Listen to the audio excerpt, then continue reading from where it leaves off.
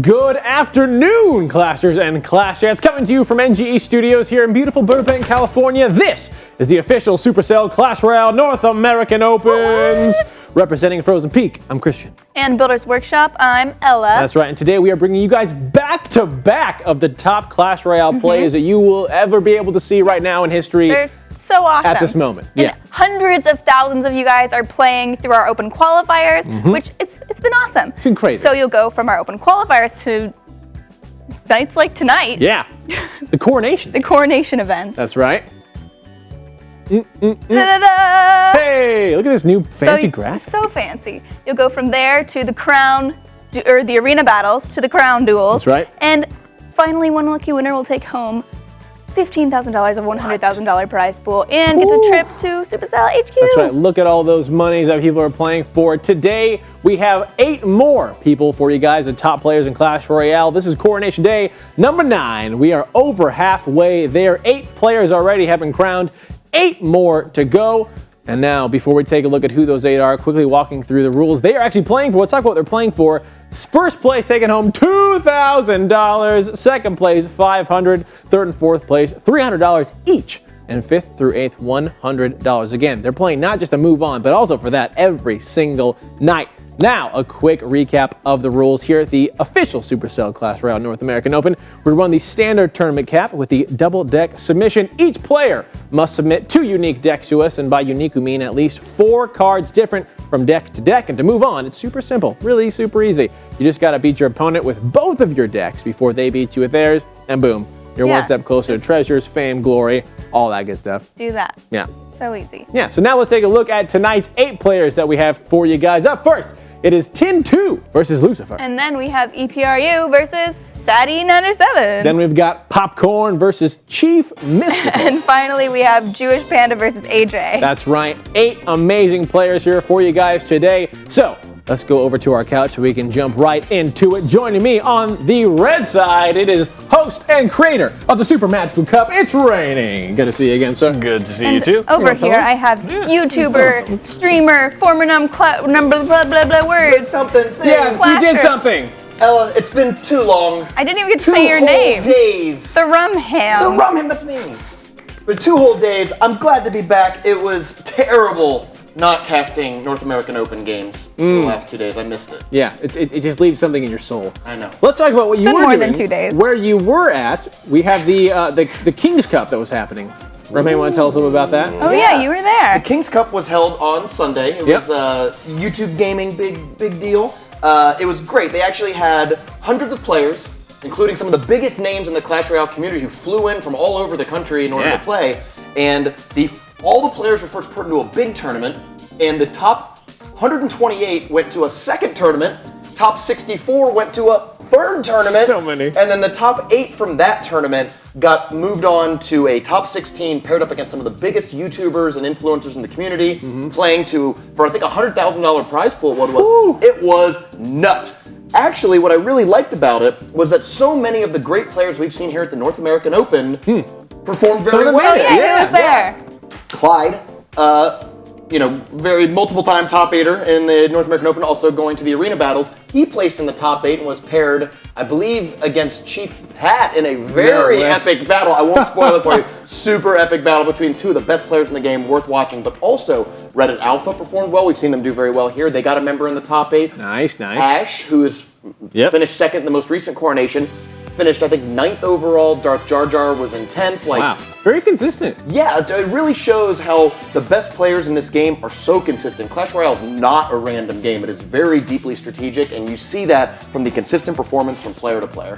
Yeah, Rainy, how do you watched a little bit of it? How do you think everything went? Yeah, I thought it was great. I really enjoyed the segments where the YouTubers had videos that were brought out talking about things like siege decks, playing in tournaments, and a lot of just very informational, very fun stuff. I like the way that they mixed in the YouTubers into the competitive scene and just having both of them just interact. So awesome. Cool. Well, as today is an exception, we normally here at the Clash Royale North American Opens broadcast every Sunday, Monday, Wednesday, and Thursday. The Sunday, Monday, Wednesday, 6 o'clock p.m., Thursday, 8 o'clock p.m. But today is a special occasion. As you guys are seeing, we are broadcasting here at noon. And again, tonight, come on back 6 o'clock p.m. for some more amazing action. It's going to be number 10, so 9 and 10 in the same day, back to back. It's going to be awesome. Don't miss it at all. Rainey, today we've got new top 8 players. Some old, some new, as we've kind of been seeing here as the game's been going on. A lot of consistency, like we've been talking about. Tin 2, Lucifer. Are there any names that we've been that are new that are like, oh yeah, I know this guy from either Super Magical Cup or. The two that stick out to me is Popcorn and Chief Mystical. Popcorn, Right. I believe, Reddit Alpha. Chief Mystical is Hammers Esports. They get another shot at Of course. They're going to have to knock each other out in the first round, but I'm actually really interested to see what comes out of that. The other player that's catching my eye is AJ because he runs Mirror. He seems pretty adamant about running Mirror. He has one deck, I believe, with Mirror in it, so let's see if that can be successful. 4 of the top 8 are returning, so we're seeing that same consistency over and over again. Okay. Worth mentioning, I am old, as turns out Addy97, that's right, that does make you 19 years old if you were born in 1997. I am only days away from death. You're looking great. R.I.P. Yeah, rip. Rip Rumham. You're looking great right now. So not only are you out there tweeting Rip Rumham, but you should also be tweeting us haikus because they're awesome. 575 syllables, not words. Yep. Do it. Yeah. Send them right now. Everyone knows. And let us know who you want to read them, Yes. because we all have a blast. We read them during the breaks, and we have They're a so big great. fun to them. Yeah. Yep. Yeah, all right. So, again, go and do that. Thank you. We love reading them. Let's talk about our first match. Up first, it is Tin 2 versus Lucifer. These are 2 new players, correct? But yes, of the 4 new players, both of them have not. This is their first time top 8ing. Okay. And are they recognizable to you guys in the community? Have you guys seen their names anywhere else? I'm not. Actually, Lucifer might ring a bell. Okay. Yeah, But- he's the Dark Lord of Temptation. Oh, that's where I heard yeah. Hey, Yeah, Lucifer, no. welcome to this. But seriously, he's running 2 of the most standard decks that we've seen in the North American Open. Giant Bowler with a Lightning. And Which then, of course, finally won. That's right. That's right. That's a very good point. And the Golem Baby Dragon Lightning deck that we've seen take over Super popular. the entire tournament scene. I would argue that from the North American Open, this deck has become the deck. Really? It has become Okay, the Baby Dragon. Yes. Baby Dragon's making his appearance. So first up, Lucifer versus Tin 2. Let us know who you think is going to take it. Look at that. Reddit Alpha and Cloud Gaming represented right from the getaway. So that means that there will be both Tin 2 and Popcorn representing Reddit Alpha. Lucifer Big with top. a trophy high of 46,000. That's definitely 46,000 trophies. That guy's killing it. crushing it. No, definitely number 1 for many seasons. Yeah, so Definitely Satan. that's a good point. Only the most evil could pull that one off. But we're looking at the Giant Bowler deck against the Golem Baby Dragon deck. Tin is running that and his Expo as his second deck. So the streak is broken. Expo is back in our top 8. Went 2 whole events without seeing its pretty little face. Yeah, and good riddance to that. Surprisingly, the Tombstone does a great job defending against the Musketeer, and now Lucifer has a little bit of a counter push, but I'm pretty sure that Bowler is not long for this world. Goodbye. All right, Giant on the other side, and is going to support it with a Mega Minion. The reason why you would play Giant at the river along with the Mega Minion like that is that the Golem is very expensive, but it's also going to take a long time until it actually threatens anything. So you want to take advantage of that by putting 8 Elixir at the river to try and take that tower, and it looks like Lucifer might pull it off. Yeah, he's going to get that tower. Question is, now he actually has 1 skeleton charged with the defense of that column. Finally does a boulder come down, but that was very, very skimpy. Yeah, you might set yourself up in a bad position to trade towers here, but the boulder does an okay amount of damage and will knock back the Golemites, as Christian has pointed out so astutely. Yeah. And that'll protect a little bit of damage there, and it looks like he's going to just barely get away with it. All right, as we talk about so many times in Clash Royale North American Open, the Golem decks become a real terror once you get to that last minute of the game. Yes, definitely. One of the key things, and I actually was asking some of the top players when at the King's Cup, I said, hey, why would you play Tombstone over Furnace? I feel like Furnace is really worth that extra 1 elixir. And they told me that in these tank-on-tank matchups, the most important thing is doing as much damage as possible to the incoming tank, and Tombstone does that. The skeletons really build up. You can do significant amounts of the Golem's hit points before he's even halfway to the tower, and that's really key to winning these tank versus tank matchups. Double Tombstone is going to be the defense for Lucifer. Has the time to drop a Giant on the left side. Baby Dragon is going to be the key point of defense, plus the Tombstone for Tin 2 on the left. Meanwhile, on the right, look at how many skeletons are piled onto that golem, and that's exactly what Rumham was talking about with the skeletons. Giant makes it to the tower, gets 2 big swings, and I think that was way more worth it for Lucifer than it was for Tin 2. Something I'm really appreciating, Rumham, is the momentum that Lucifer has built himself because he got that early tower. And putting his opponent in a really bad situation. I mean, having to spend 6 elixir to lightning a 72 health tower is not the most efficient use of elixir, and that's really going to allow Lucifer to continue to build good, strong, efficient push. I mean, look at that. He's got 7 elixir of troops still shooting on your side of the board. That Musketeer did work, and the Baby Dragon gets taken down by the lightning that was dropped by Lucifer, and I think the Dark Lord of Temptation might be earning himself a win in the Clash Royale North American Open. When you have funny names, it's very, very easy for us to work with you. Note to self. No, yeah. So here we go. That Giant, unfortunately, does not fight, so it is just going to walk by, but it is distracting all the backup troops, which is probably pretty useful there because they... Oh, no! Yes. Lightning cycle. There it is. Lucifer Saving the picking up day. game number 1 here. Coronation Day number 9. Clash Royale North American Open. Just a quick reminder for you guys watching this. Make sure if Share you're on it. Facebook, hit that share button. If you're on Share YouTube, it. go ahead and click the subscribe button. And finally, if you're on Twitch, go ahead and give us that follow. We really appreciate it. I really like how you pointed. Yeah. Well, I see how accurate I am. There We it is. live in this box. Yeah, No, no, so I was trying to like point at the buttons, like where they are in, in the, on the screen. we live in your computer right now. Yeah, we're inside the computer. Please don't shut it down. Thank you. I would Don't much turn the lights appreciate out. that. So assuming that Tin 2 plays the Golem deck again, we're going to have a mirror match between Tin 2's Golem deck and Lucifer's Golem deck, which is card for card, and that's something that really happens. Total. All 8 cards the exact same, and that really happens a lot. And Rainey's, we've seen that over the last couple months of casting together. That once people really find out the best 8 cards, everyone sort of copies it and learns the deck, and then the matchups really become like, oh, how do you beat this deck? Well, you got to account for the Baby Dragon, you got to account for the Mega Mania. It's not just Golem. There's a Golem and the other cards. The other 7 cards in the deck are really calcified, and that's how you can start to get these interesting maneuverings in the matchup. You sort of learn, like, well, what if I took out Baby Dragon for something that would kill the opponent's Baby Dragon while still not being So is that deck like built to defeat itself? It's a good question. Like in a lot of ways, yeah. I mean, the Ice Golem seems to be the newest addition to the list, and everyone's really adapted it really quick. If you remember in some of the earlier Coronations, there was an Ice Golem, but Ice Golem worked out really well because in the Tombstone, the skeleton builds up, the Ice Golem goes first, absorbs all the skeletons, and when he dies, blows up all over the skeletons, letting that Golem aggressively get towards the tower. It's a really tight list. Like all of these decks, when they become solid like this, all 8 cards just known, it's because every card has a very specific purpose, and a lot of times they are... Oh, he did switch to Expo! Playing the 50-50 coin flip, it appears there's no Golem in that opening hand.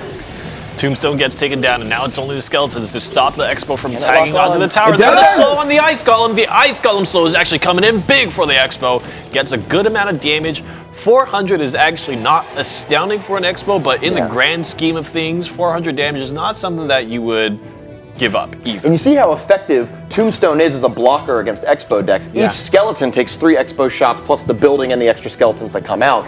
That buys Lucifer time that the next time an Expo comes out, there will be an Ice Golem or a Golem to block its path. That Archer feels pretty disappointed in its gamble in life. Gets fireballed out. Ice Golem Tombstone for 1 push, and this is a lot of passing from Lucifer. Expect to see a Golem being dropped relatively soon, and probably in response to this Expo, if he can get it in time, I think the Tombstone will hold up the Expo for long enough, and there it is. And so it's now up to Tin 2 to figure out how to stop this Golem from getting to his Expo and taking it down. It does have an Inferno Tower. I would expect to see that to come out real soon here. A little bit too now. late. Yeah, he's going to place it in the middle. Just wants to play defensively. Knows that Expo isn't going to get anywhere. And I love Ice Golem. Ice Golem might be one of the best support cards in the game right now. It's one of its strengths is being able to distract all the enemy backline troops to buy you time. You're like, I have stuff to kill your front line. They have stuff coming in. All I need to do is prevent the Musketeer, Archers, Baby Dragon, Mega Minion from just wrecking me while I get my bearings for those 5 seconds. All right, Ice Golem coming down the lane, going to shut down any kind of Expo drop, plus the Tombstone. And as is the question for all the Expo decks that have come through the Clash Royale North American Open since about number 3. How do you play your Expo in this situation? We'll see. Mega Minion loses to Tin 2's drop of double minions. Baby Dragon is going to put a stop to all of that. And, You've really got to find an opening to where there's not something blocking your Expo, but it's really hard, right? He's got 3 different cards that are all comfortably blocking an Expo, and if there's ever something like a Golem, I'm pretty sure the Golem can eat every single shot from an Expo and not die. It looks like right now Tin is just using Fireball almost as a spell cycling just to get some damage on this tower. That might be his best option. That is definitely, I really appreciated how he got started early with that. We saw how he took down 1 archer with a fireball very early on in the game, and exactly for this reason, because at a certain point, momentum goes so far into Lucifer's hand that there has been no opportunity for Tin 2 to play the Expo for the last minute and a half. One advantage. Oh no, the skeletons are coming in, they're gonna block. He's gotta push it back. Now the Ice Golem is blocking up for the Inferno Tower. Mega Minion gets added on, and that's going to chew through the Inferno Tower quite well. Ice Golem going to slow some things down, but it looks like a lot of cards are being dropped into the defense here. Baby Dragon is going to take down the Mega Minion while it's distracted by the Golem, and now the Baby Dragon lives. It's going to come and assist the Golem, but the Inferno Tower, I think, is going to burn that Golem down. Golemites left now to make the push happen. Look at that push. Minions being added on by Tin 2, but again, before this push is even petered out, Lucifer has another Golem on the way, and we're starting to see double Elixir really coming in a big way for Lucifer here. Yeah, in a lot of ways, Tin 2 is trying to play like the minor Inferno decks of old, where you just really center around a very defensive Inferno Tower, hope to hold off these pushes, generate Elixir advantage, and convert that into extra fireballs. But he's still taking a little bit of damage from all of these Golem pushes, and at some point, one of them might overrun him. He's doing pretty well defending now, and he's got a fireball and a log onto the tower. If he can replicate that another 2 or 3 times, he might have a shot at it, but with only 1 minute 57 left, I don't even know if there's enough time for him to do that.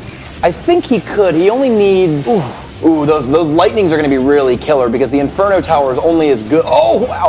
is only good as long as it, stays at full health and can lock on. And between Ice Golem up front, Lightning behind, these towers are going to start taking decent damage. Ice Golem to stop the Archer from doing damage to the tower itself, and that's going to help mitigate a little bit of it.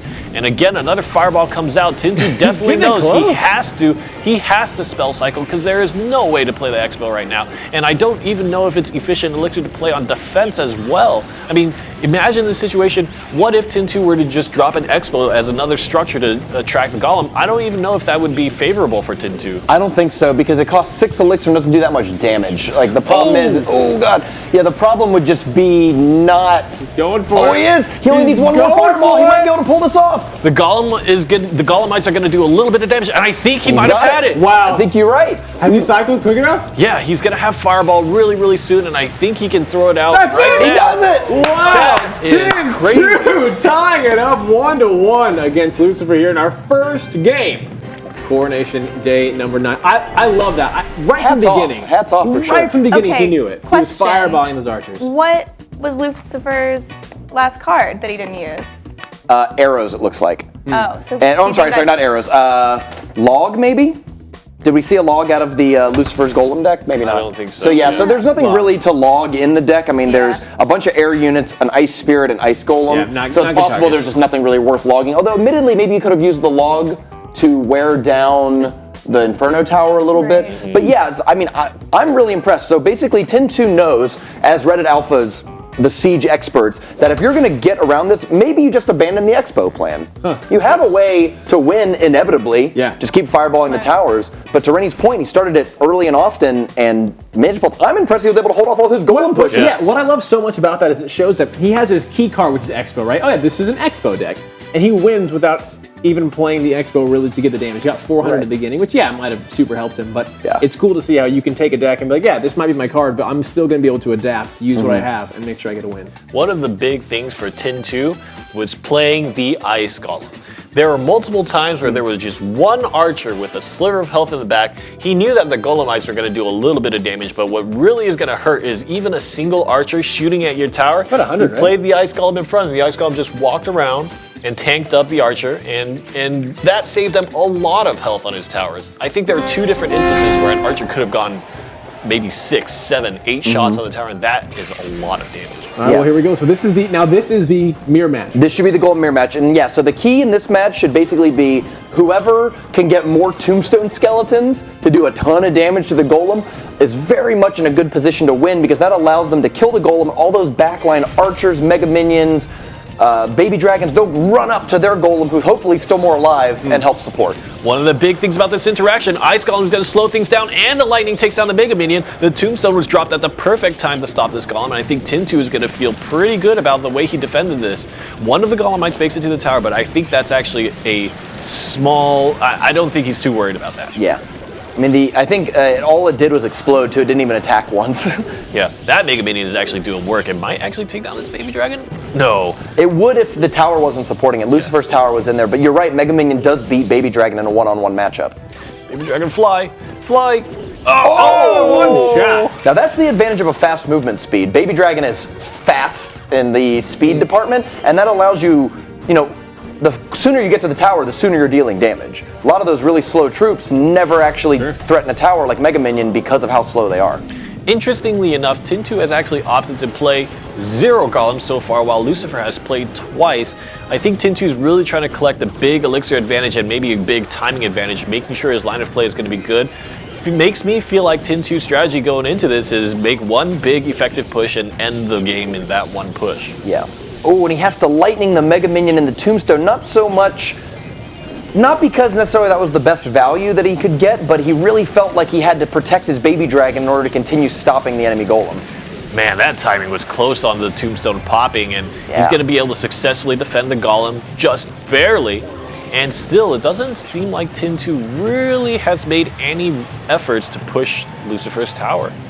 He has a little bit of an elixir advantage now, just one, and there he goes. He feels safe in order to play it. The biggest problem is that you can't really cast your Golem when they already have Golem and support troops coming at you, because then what do you defend with? This is Tintu's first opportunity at putting some offense on. Golems will be crossing. There's a Tombstone drop from Lucifer, but Baby Dragon is going to wipe out those skeletons. Meanwhile, actually that Baby Dragon is held up at the river, and so for Tintu, his Tombstone is going to convert. Tombstone gets taken down. Golemites are making their way across to the tower, but archers and Baby Dragon will make short work of those Golemites. Now this is a pretty tough Golem for Lucifer. I think he might have just lost the game there, because this Golem is not going to do anything, and that's 8 elixir in the garbage, right? And that Ice Golem actually did a good job of clearing out those units, and you're right. I think that this might be Tintu's opportunity. He's playing an aggressive Golem. There's a ton of archers on the field to really help assist that Golem drop. And now the Mega Minion added on top of that. Big lightning is going to wipe them all out. But where's your Tombstone? You have to play it now. The Golem actually reaches the tower and gets a big little burst of damage, really. That death damage does quite a lot. The death damage is like about 300 damage, and on top of that, the Golemites get to attack, and the Golemites have death damage as well. Good push from Tintu, but he's going to need more than that. 1,488, and it seems like he's still defending quite well. Death damage in the middle of the field, not really injuring any of the towers, and the Golemites get split up. And so far, it really seems like Tintu is very consciously playing out Lucifer's cards in the position that he wants them to be. And look at the struggle in the middle from both of these Golem matchups. All of them are saying, like, okay, I'll play Baby Dragon first. Oh, wow! He's going to run the Golem up again and death damage again. Wow. And that's another big connection from Tintu that we have yet to see from Lucifer. Almost all these matchups, I'm sure we'll see it in some of the replays, is how one player will play a Baby Dragon, the other player puts a Mega Minion to attack the Baby Dragon, somebody else puts archers down to shoot that Mega Minion. Like, there's so much battle over the support troops, which ones can survive, that it seems to be really crucial to this matchup. Like right now, the archers are picking off the blue Baby Dragon. A blue Mega Minion's gonna come down to attack that Baby Dragon. It's going to be Ice Golem to attract the attention of the archers first, and now the Mega Minion gets dropped, but one Golem is making its way onto the tower, gets a death damage, but I don't know if this will actually be a lethal push. There's a lot of skeletons for Lucifer and archers coming down the lane, and that might be a big push, but only 391 health left on Lucifer's tower, and it's just a few spell cycles away. Oh, no, Mega he Minion needs survives. to defend. Lucifer Oh my gosh! Just like that, Lucifer looks like he was slipping away. He comes back, picking up the second victory and moving on to be our first semifinals here on Coronation Day number 9. That was crazy. I love the goal match. It really, whenever you get into mirror matches, it really shows how well do you know the intricacies of the match. It's not just, no, I'll just mash my stuff down and hope that I roll over you. That's not going to work against some of the best players when they really know each other's decks. And I think that I was very impressed by that. So what's making that like the it deck right now? Why is it so great? With the recent nerf to Inferno Tower, that's not as good as defending as it used to be. And without Elixir Collector around, it's hard to get 15, 16, 20 Elixir pushes going. So the biggest tank is pretty much the strongest push. How do you stop a Golem push if you can't save up more than your initial 10 Elixir? Hey, we need an Inferno Dragon. We need an Inferno Dragon seen here. All right, our first replay, ladies and gentlemen. Let's go ahead and pull it up. We've got Lightning. It's a big surprise. Surprise. Lightning always coming in, as well as a Golem, I believe. A Golem Lightning push. Giant? Golem. Giant Lightning push, you're right. And this is what's so tough. Like, how do you stop one of these big tanky pushes while not walking into a Lightning? And it just really shows the effectiveness of these decks that the players are choosing to play right now. I really think that Lucifer ended up, I mean, it was an interesting match because I feel like Tin 2 was really actually coming back and playing well, but I think Lucifer was able to hold strong, especially in those overtime situations. Finally brought it together, and defense for Tin 2 at this last moment was just a little bit lacking. All game long he had prevented the Golem from actually getting to the tower, but in the end it wasn't even really the Golem itself, it was the Golemites and the Archers and the Mega Minion. If you watch that red Mega Minion was the absolute MVP of that push. It started at the center of the river, killed 2 Archers, came across, went sideways, killed a baby dragon, went down, another Mega Minion played, killed that Mega Minion, and then locked onto the tower for like 600-700 damage. That Mega Minion earned his paycheck tonight. He paid for his Elixir and more. Right. He gave some Elixir out. One thing, Randy, I want to ask you is about the Inferno Tower. It's targeting. In a game before, we saw the Inferno Tower drop while a Golem was pushing to it, and it actually locked onto the Archers across the river instead of the Golem. Is Inferno Tower just closest thing to it? Yes, the closest thing to it. So really the way that you have to think about it is really think hard about that circle, right? Because if you play a Golem on the bridge, and then you have, and the Golem is actually on the bridge, right? If your Archers are actually not quite on the bridge, but kind of close to the river, then actually, if Inferno Tower is here, and the Archers are here, and the Golem is here, then actually if you draw a line, it hits the Archers first, right? So the Inferno Tower will actually tag onto the Archers as they're coming across, and the Golem actually makes its way kind of halfway to the Inferno Tower before it tags on. Yeah. And really, that little bit of difference changes a lot in the push.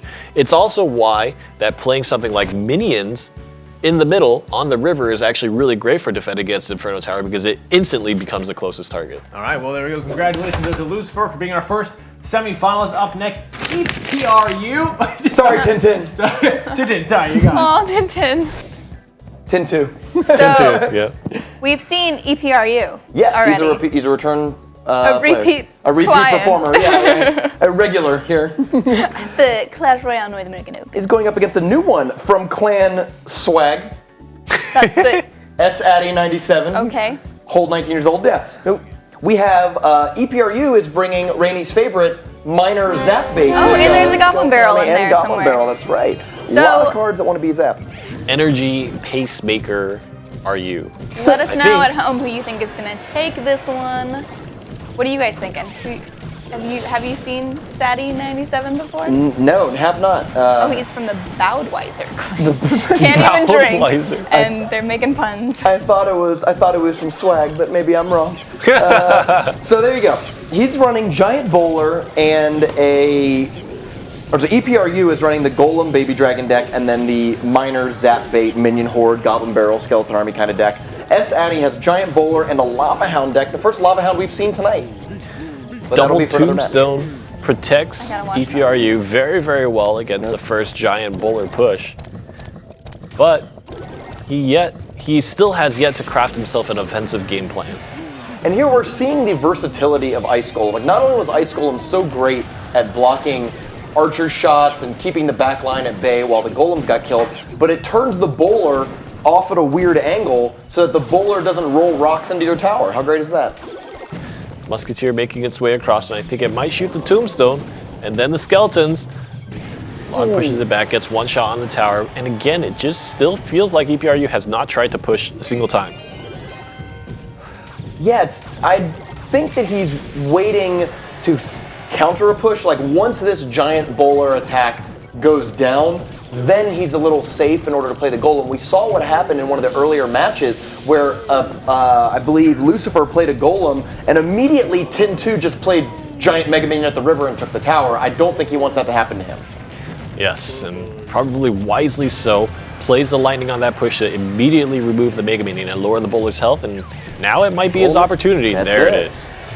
I found out what Bowler says too. I listened to it on high volume. He says, bowling, bowling, bowling. No way. Yeah, very nice. I'm a big fan of that, actually. It's pretty cool. Yeah, that's way better than what we thought it was. Is he going to get a lightning here? I think he just used lightning on the last push. It may be out of cycle. He just drew it again. Yeah, and that's the perfect choice. Tombstone is really going to help out here. Actually, the log is going to clear out all the skeletons, but archers do a good enough job. And that 1-2 combination of skeletons plus archers really seems like the bread and butter of defense these days. Golem is going to make it to the tower, and EPRU for its first golem drop is going to find value. And you see why Baby Dragon and Log are so crucial in this deck. If those skeletons build up, the Golem really gets shredded. Baby Dragon can kill skeletons multiple at a time, and the Log will kill the Tombstone and the skeletons that'll come out of it. Mega Minion gets removed by double archer drop, and again, another mini push coming across, and EPRU has very well set up his line of play. I'm actually really impressed. For the first few moments of the game, he just played defense, and we know that those are the moments where Golem decks are the weakest, but I think he played it out really, really well because now he seems to be really on the front end of defending, has Elixir and Cycle for Lightning to defend every single time, just giving Sadie a really, really tough time pushing into his towers. And Baby Dragon is not the tankiest thing on the planet, but it does distract the tower for a little bit of whoa, and it can do some damage. Is this going to be it? I think it's going to be it. That's it. The Log's got it, though. I was hoping that the Baby Dragon would take the kill. EPRU, though, picking up the first victory. Game number 2.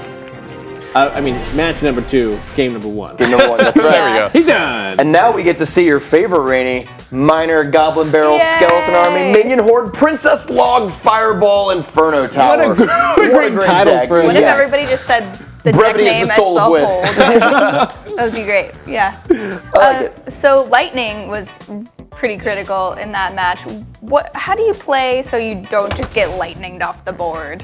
So one thing you can do is play your Inferno Tower in a place where it'll pull the Golem off to the side, but not necessarily be within range of lightning. Now, unfortunately, that happens to be up by the river. Like, you play it very far forward, off to the Right. side. Golem basically comes across the bridge, takes a hard right turn, and starts going towards it. And while that is outside of lightning range, you make yourself a little vulnerable to things like Musketeer, Archers played at the river. They play, oh, fine. Yeah, so when you see people do that, you'll often see them go Inferno Tower and then almost immediately drop a Mega Minion right to the side of it, so that if something comes at the Inferno Tower from across the river, the Mega Minion Help out a little bit. clears it up and then doubles back to the Golem.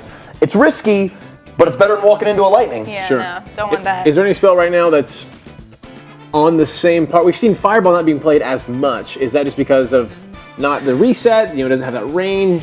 It's too cheaper, though. The big thing to think about is with spells right now, you really want to get rid of things like Mega Minions. You want to get rid of things like Inferno Towers.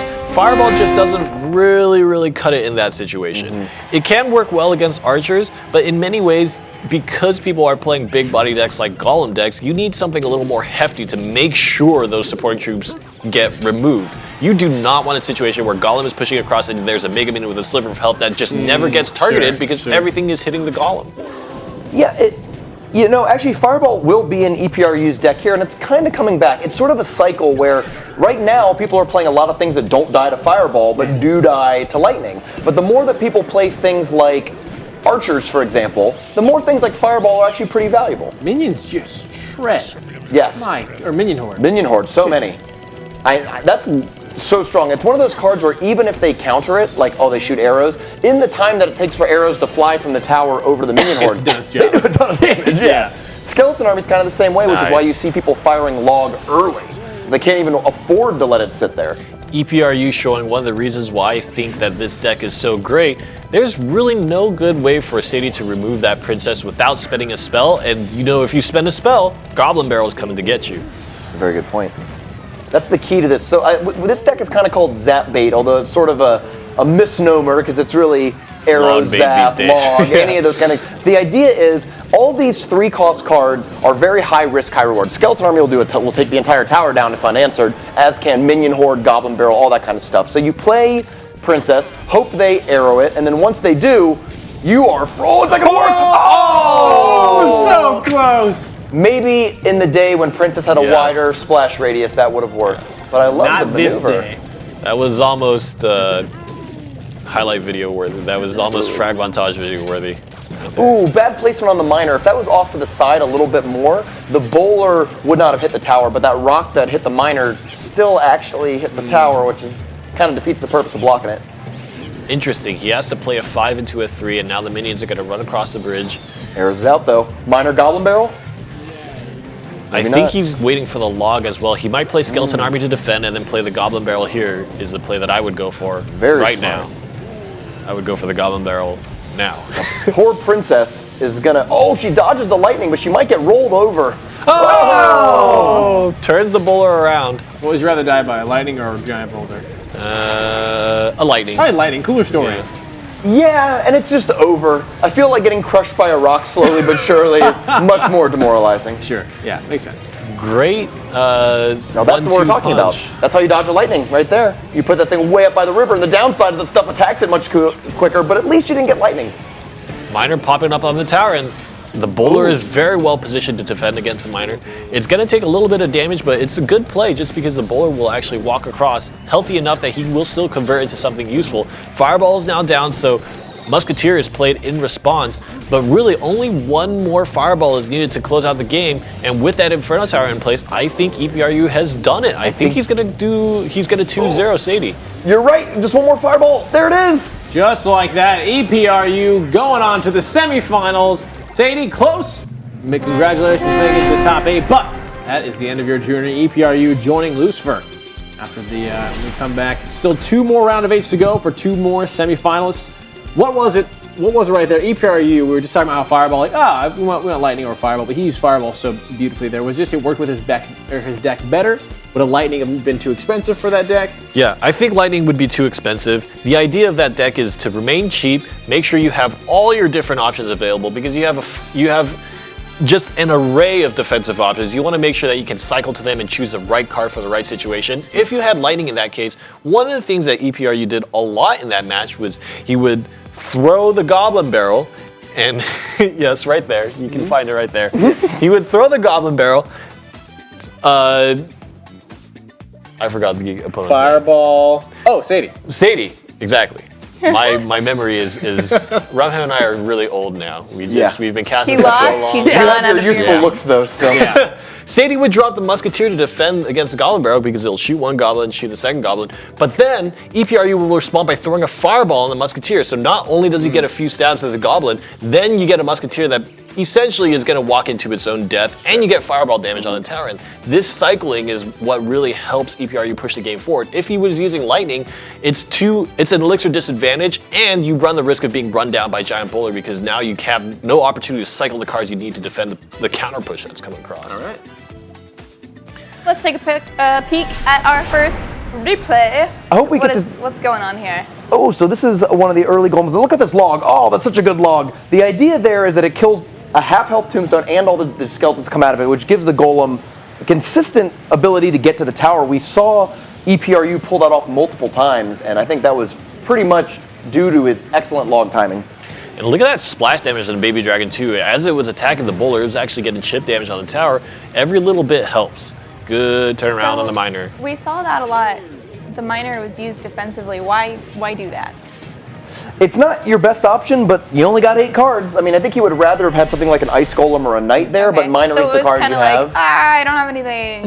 Yeah, I mean, it's still 3 elixir to a 5 elixir card, so it's not the end of the world, right? The idea there is that you need to turn the bowler away from your tower. If you just put something like Barbarians in front of the bowler, not only are they going to get rolled over by the rock, but the rock's still going to hit the tower, and you're not really preventing any damage. Yeah. Cool. Hey, big shout out to EPRU winning that match. He had a deck, a Zap Bait deck, and went against a deck that had log and arrows in it and still managed to pull it off. I think the reason he had Fireball in there is that the reason why you have Lightning is I have a big tank. So I have a big tank card. Yeah. I'm worried about Inferno Tower. Lightning deals with Inferno Tower. If I don't have any big tank, I'm not worried about Inferno Tower, so I don't need Lightning. I was saying also his minion horde also kind of did what Lightning would do to big tanks, just shred them before the opponent could do anything. Again, congratulations. Let's go ahead and pull up the bracket now as we are 2 matches down, 2 more to go before the semifinals. As the paper is being thrown behind the couch. That's right. Sadie is out. All right. Janitors hate this guy. Rainey, Rumham, so far, just highlight things that have popped out to you. I think Lucifer did really well moving on to the semifinals. A little bit sad that Tin 2 actually got knocked out. I think he came really, really close, but Lucifer was able to hold it together. Really happy that EPRU made it through because I want to see this Goblin Barrel finally close it out. It's gotten, I think, second. I think it got to the second place twice. Yeah, I think so. Finals twice. Yeah. Sopa definitely got second place, and I believe in the last event also we had a second place one. At least another top 4 at worst. You're right. I'm with you. Goblin Barrel, take it home. Just make it once. Maybe they can take home that $2,000 with that Goblin Barrel. That would be awesome. So first place is taking home $2,000, second $500, third and fourth $300, fifth and eighth $100. Woo. Not a bad day. Not a bad day. Not a bad day. Hard day's work. Hard day's work of Clash Playing Royale. your favorite game. No big deal. What these Making guys money. been doing, they've gone through the open qualifiers. They get to this point, and then 16 will move on to the arena battles, where then 8 will go to the crown duels, where 1 will take home $15,000. We asked Backstab when he was on the show what he would do with that. He said a car, but then he said, "Oh yeah, mountain gyms. I'm gonna just get it. Yeah. I'm just gonna get So many all, gems. just get So all many the gems. gems. Yeah. Just buy everybody's gems in the game. Maybe that's what you should do. Just like gift gems. Yeah. So maybe you want to send us a haiku about gems. Yeah, maybe you I wanna don't do know. that. Yeah. What are you gonna do with your gems? It's the last chance to send it in before the break, so we can read them after the break. Yeah, and again, So do it. let us know who you want to read them. And just a reminder, good afternoon, everyone. Hope your lunch is going super well. We will be broadcasting again tonight. So after this, just go out, get some dinner, come right back because 6 o'clock p.m. we have Coronation Day number 10. Eat and play Clash then- Royale that's and right. watch Clash That's Royale. the best life in the world. And we also do Wednesdays and Thursdays. Wednesdays 6 o'clock p.m. Thursdays 8 o'clock p.m. right now for those West Coasters. All right, enough of that. Next matchup.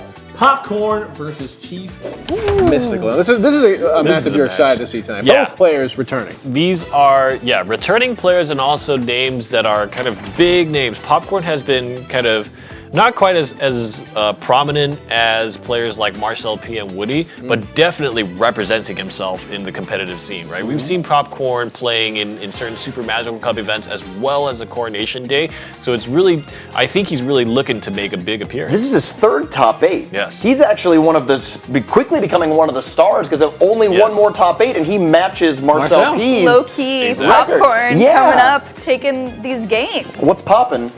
Oh my God. Popcorn. I was wondering which one of us on the couch would come up with a pun Who was first. gonna do it? It was brewing right as Rohan was saying it. So clans represented from both of these guys. Yeah, Chief Mystical Hammers Esports. Okay. Very strong performance. The home of Full Frontage, who had a top 8. Yep. Backstab, who is going to the arena battles. Naruto Uzumaki, who I believe also has 3 top 8 appearances as well. At least 2, I think 3. But, right, so, and then this is Chief Mystical's 2nd. So you see that in these big clans, consistency is so important. They practice all day. They learn the matchups. They know what to do in these situations, and they don't get rattled by going up against a big name player. And Early it really pays Princess off. gets 1 shot on the tower. Yeah, I really think that this is a matchup between 2 individuals who are looking to establish their place in the new competitive scene, right? I think players like Marcel P. and Woody have been established by their prior performance, but now I think players like Chief Mystical, players like Popcorn are saying, hey, pay attention to me now because I'm relevant now. Yeah, definitely. I mean, worth Hog mentioning. along. Oh, just real quick recap of the decks. Popcorn is playing Golem Baby Dragon and Giant Bowler. Chief Mystical, double Hog Rider deck, although they're somewhat different. This one that he's playing right now is a much faster paced Hog Cycle deck where he will probably play a lot of Hog Riders over and over and over again. This other one is a much more controlly defensive Hog Lightning deck with Inferno Tower. How are you going to like punish hogs. the Golem drop from Popcorn? And I think Chief Mystical dropping the Ice Golem means that it's going to be a tough thing to do. Archers across the river going to be closer than the Golem is, but the Ice Spirit actually jumps on the Golem. Here comes some big burnage. Outside of lightning range too. That's why you play it up there. That right? Hog Rider, Ice Golem, and maybe the logs help. There's a Hog Log. And the Ice Golem takes one last swipe at it, and the tower's actually slowed down. Here comes a big Hog Rider push. That's 3 swings and maybe a 4th. No. 1268, well done by Chief Mystical. Chief Mystical's got to be happy with how that push went. And on top of that, he managed to split up his opponent's damage so that even though he took a good amount of damage, both towers are still pretty healthy. Yeah. Ooh, I love the is the ice answer here, but still the princess gets a shot.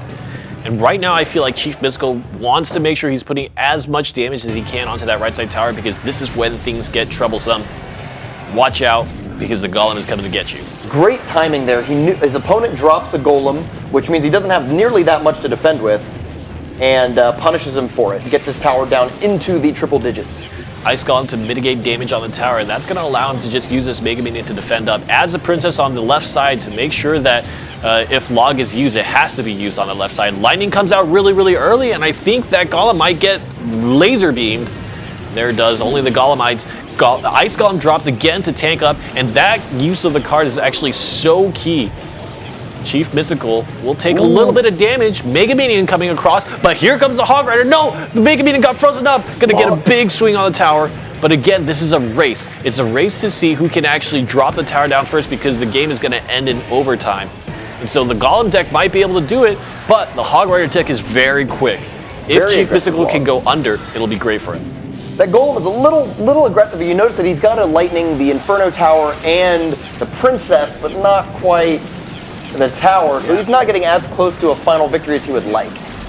Wow, that Golem push actually ruined that Mega Minion's day, and Popcorn will have his own Mega Minion survive. Again, look at how much damage is split up. Oh, here comes the Hog Log combo swing. Oh, the timing was impeccable, and one swing means that actually, what is the last card? Is it a spell? He needed every bit of that timing in order to get that one swing off. If he was slow in any way about that, would not have worked. Last card in his deck is Lightning. There it is. There's the got the log lightning. rolling in just like that. Chief Mystical picking up the first game against Popcorn. Hammer Esports, one step closer. I think that the term to describe that match is well-informed defense, by far. I think splitting up the damage on both towers, making sure he's spending his resource very, very well. Tower health is a resource, and if you spend it well, you can consistently gain elixir advantages where normally you wouldn't be able to generate that. If all that damage had been focused on one tower, it was definitely within spell cycle range. Popcorn could have just lightning down that last tower and won the game in overtime. Yeah. The fact that it was split up means that Chief Mystical never was at risk of losing, and so he could play his Hog Riders in a timely manner and eventually take the game. Just like we were talking about, Chief Mystical putting that Inferno Tower up by the river so that if you lightning it, you're not going to get the double value of hitting the tower as well. A great defense there. Before we get into the next game of these two players, just a reminder, if you're watching this on Facebook, hit that share button. If you're following us on Twitch, thank you. And if you're not, go ahead and hit that follow button. And finally, if you're watching this on YouTube, go ahead and hit subscribe. We really appreciate it. Want to give these guys, these players, the most recognition that they deserve because they put so much into getting here. Top players right now. Yeah. Ever. Also, these two, spitting knowledge. Spin. You're too sweet. Thank you so much. Here's the thing. Chief Mystical, he's not out of the woods yet. His second deck is a much faster paced Hog deck. The downside though is that it doesn't have Log in it. He has Zap in its place. Okay. Now Zap is okay, but think about how often Log actually kills the half health Tombstone and then the skeletons afterwards all at once. Now he needs for the Hog to actually make that second swing and zap it, time it so perfectly to kill the skeletons before they start dealing a lot of damage to the Hog Rider. Yeah. That'll be tough. On the plus side, got Fireball, got Archers, got a lot of fast, quick troops that'll help him support. See how it goes. Okay, yeah. Seems like the popular move, just from watching the Coronation Day today, the popular move is to Fireball Tombstones. And so that might be the opening that Chief Mystical uses, fireballing the Tombstone, zapping the skeletons, and then having the Hog come through. But we'll see. I mean, I think you make a great point, Rumham. As opposed to the Hog Log's 1-2 punch, now you have a 1-2 awkward 3 punch that is just a little bit too clunky. As an avid Prince player, I struggle with the choice between Zap and Log for that exact reason. Sometimes you want Zap, sometimes you want Log, but man, nothing crushes a Tombstone like a Log. Archers do good damage. Archers are actually, I think the combined Archers do about the same as Musketeers. Yes. Wow. As a single Musketeer. I was like, all three of them? Holy snap. Everyone run Archers.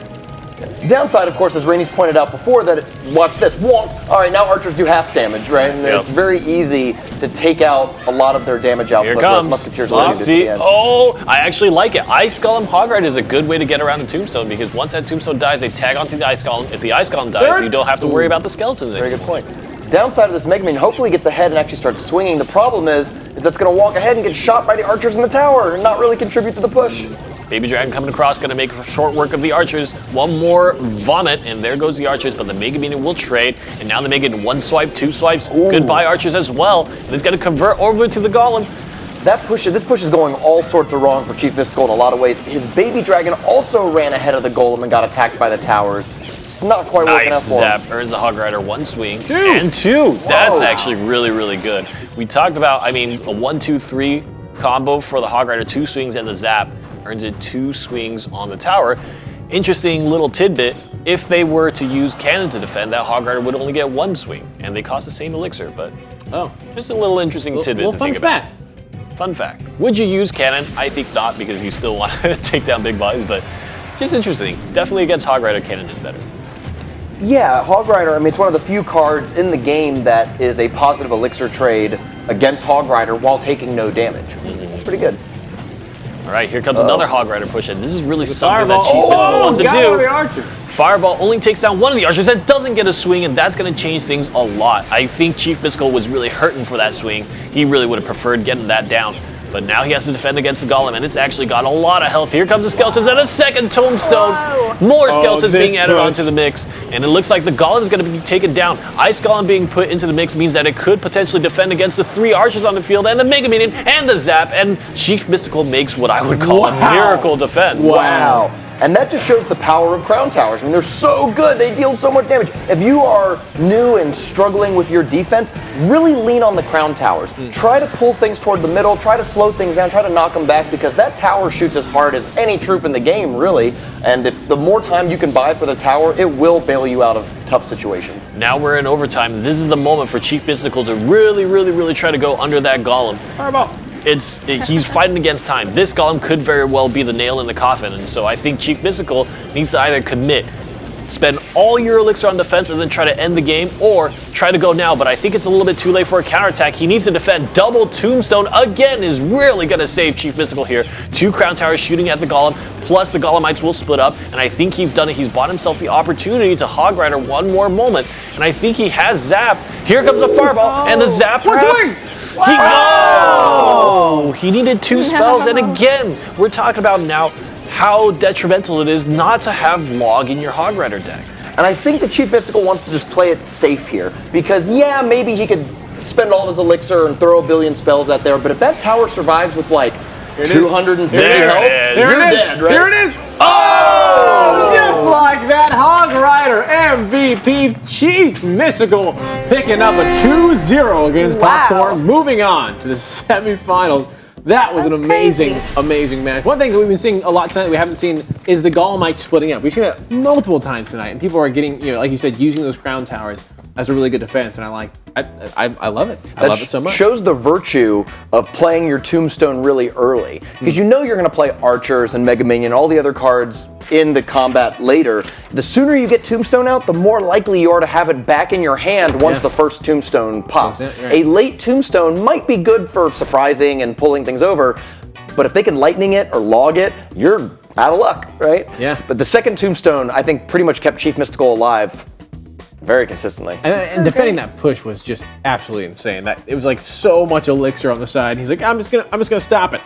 All right, our first replay is ready. It's the infamous GOG combo. Let's go ahead and take a look at it. Infamous GOG. Yeah. There's the Hog Rider. Hoggy McLoggy. Here's the Log. There it is. But really, the Ice Golem helps a lot. I mean, look at it. The Hog Rider pushes it into the tower, and once the Ice Golem pops, it slows down the tower, and that actually allows the Hog Rider many more swings than it would have gotten. And again, we see Hog Rider plus Ice Golem.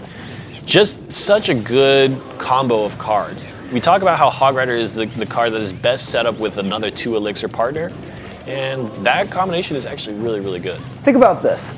Crown Towers have 2,500 health on them at tournament cap.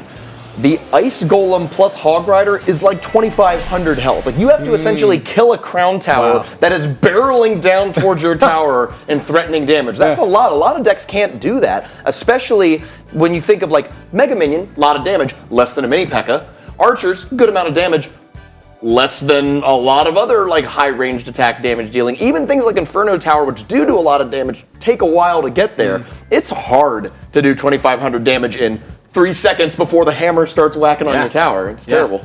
All right, well, congratulations, Chief Mystical. Moving on, up next, we have our final matchup, Jewish Panda versus AJ. And before we get into this, I do want to ask a question to both of you because I've been noticing this a lot, and I kind of want a definitive answer of how it actually works.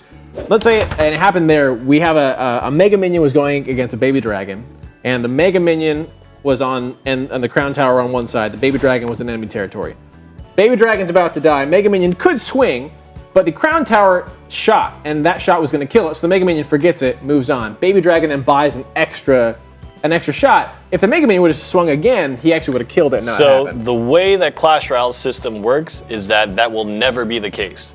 If your unit gives up on a troop, that means that the actual killing blow was faster than your unit could have done. So in that situation, the math would have been the Mega Minion would have just not completed its swing and died to the Baby Dragon anyways. Really? If a troop gives up, that means something would have killed that troop before it could actually attack. Now, so if you think about it, it's something like 1 second from now the tower's going to fire, 1.5 seconds from now the Mega Minion's going to swing, and 0.8 seconds from now the Baby Dragon would have spit. So it's still going to get the spit off while the wind-up's happening, but the arrow stuff to travel, it's already in the air and going to kill it. It does feel a little awkward at times, but the game is perfect math. You know what I mean? Like it's never, troops never waste their shots. Good. That's good to know, because sometimes I'm like, you should have swung, you would have got it. But apparently, hey, I'm wrong. Jewish Panda and AJ are now up next. Look, guys, we're in Spell Valley. Ooh. And we're going to see some spells here, because Jewish Panda is running Throwback to me 2 weeks ago.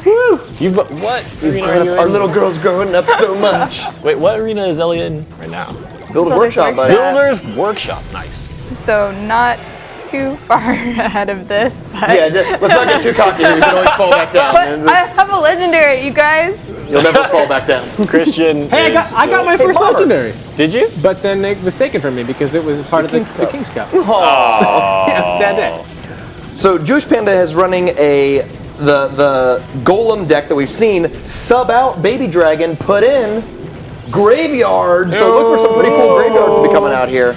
Golem Graveyard was the deck that was really a good graveyard deck. Probably the best one that we've seen so far. I have a pretty sick graveyard deck that I did pretty well. We'll talk about it later. That's a break thing. But Jewish Panda is also running, his other deck is the second Expo in the top 16. So after 2 Coronation days of 0 Expos in the top 8, we've got 2 this time. Here's the thing about AJ, just a reminder, is the last Coronation that we saw him, he was the person to bring the most unique deck that we saw up to this day. He's running the exact same list he brought last time. This is his custom-made giant deck that uses Musketeer, Bomber, still arrows and lightning, some pretty... It's still a standard giant deck, but it's running very different cards than a lot of the other giant decks that we're seeing. His second deck is also a giant deck, but with Valkyrie, Mirror, and Furnace. Here it is. Here comes a graveyard. What do you do against It's spooky. Oh my gosh. Stop the pain.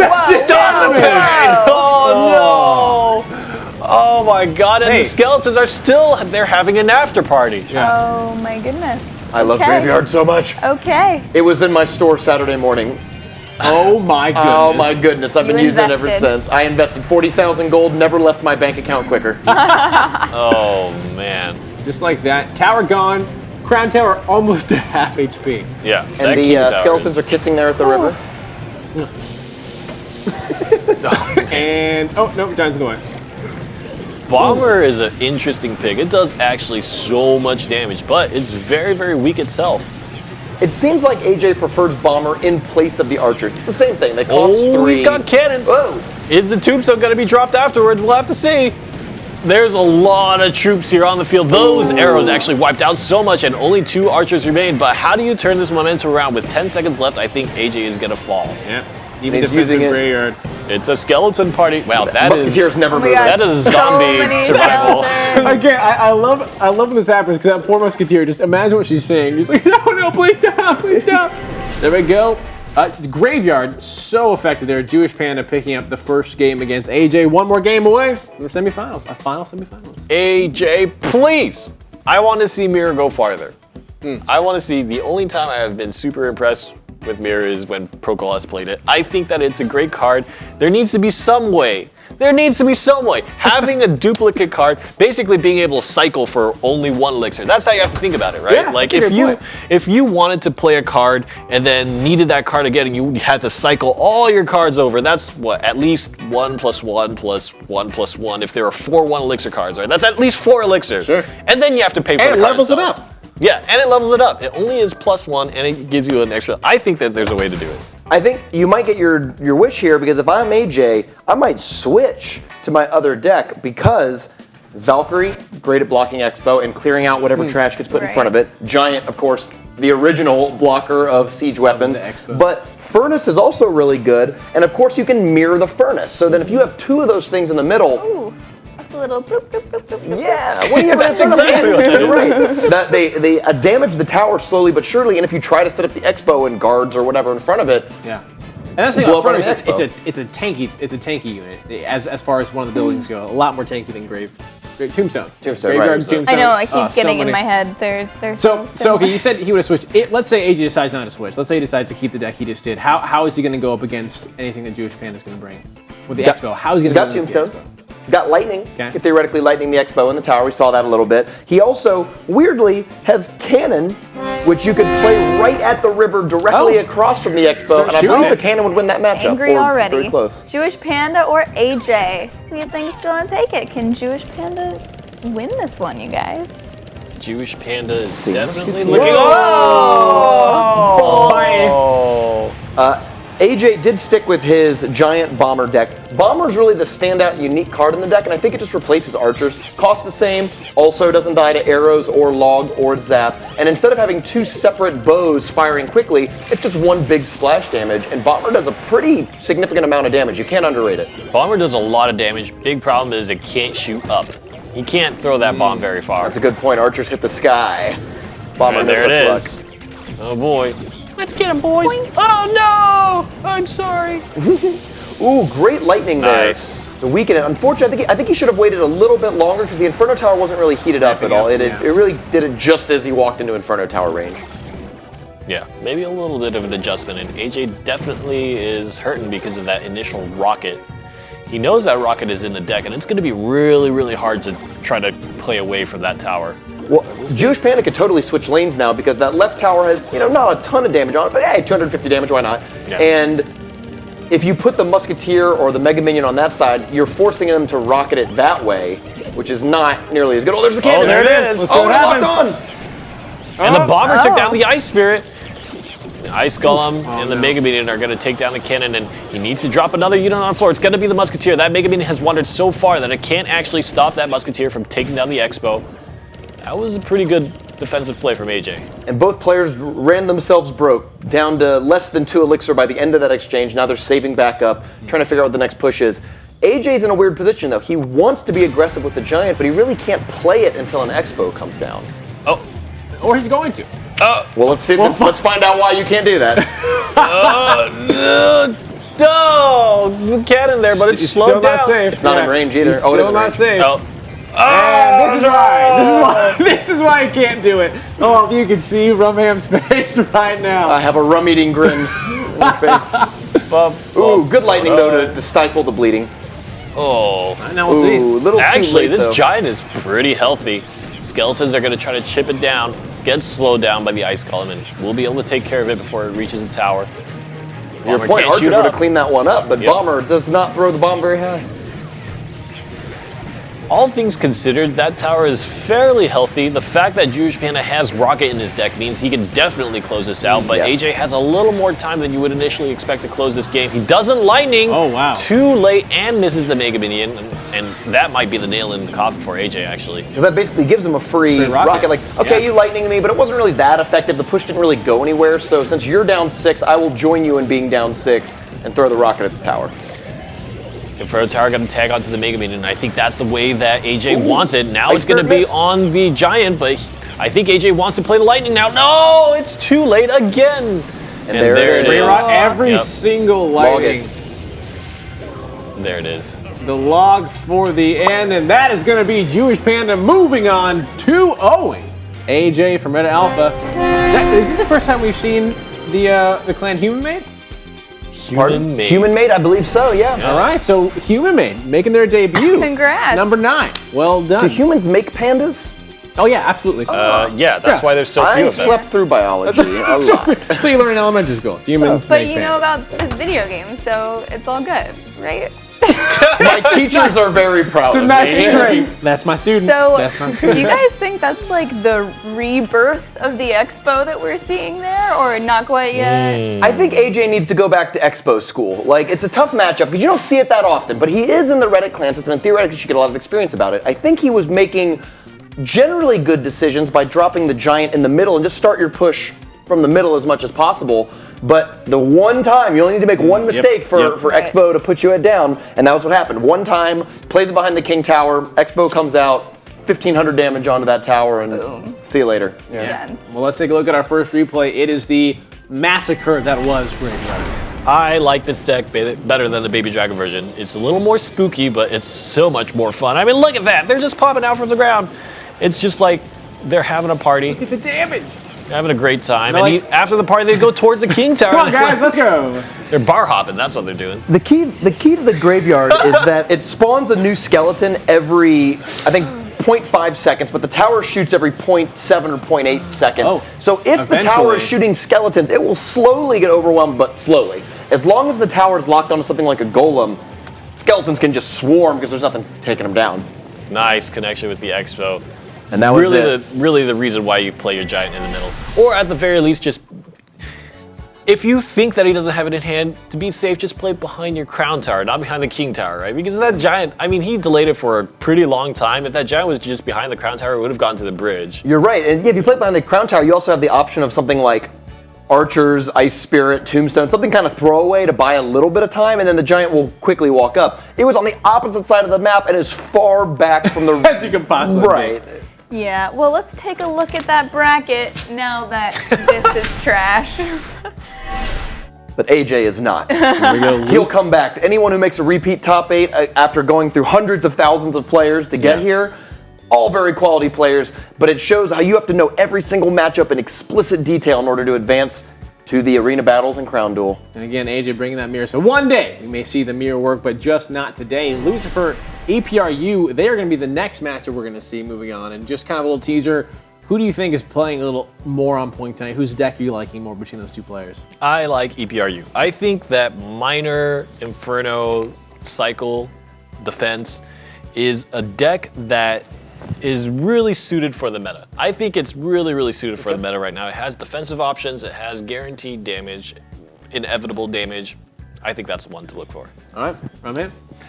You know, I really want to agree with you, Rainey, but I'm looking at the Giant Bowler deck. Here's what happens. If the Giant Bowler deck wins early, he might actually be in better position than having to go into a crucial game 3. The Lucifer's Giant Bowler deck has log and arrows and bowler. It's going to be real hard to get goblin barrels, skeleton armies, that kind of stuff to consistently hit with all those spells. But he did it in the round of 8 against a deck with both log and arrows. So he's gotten here. Who knows how many he's gone against? Yeah. He might have some magic tricks up his sleeve, you know? Ooh. Which, Hope so. speaking of magic tricks and all things awesome, send us your haikus. Yeah. That made sense, right? Yeah. 575 syllables, not words. Nope. Christian, Yeah, word looking count. at you. Yeah. Who does that? Make them really awesome because stuff. they're better than the ones that we can make up, and we need that in our lives, in our little den here. That's right, guys. Well, now the round of 8 is done. The semifinals are what's happening next. That's going to come after the break. Don't go anywhere. Woo!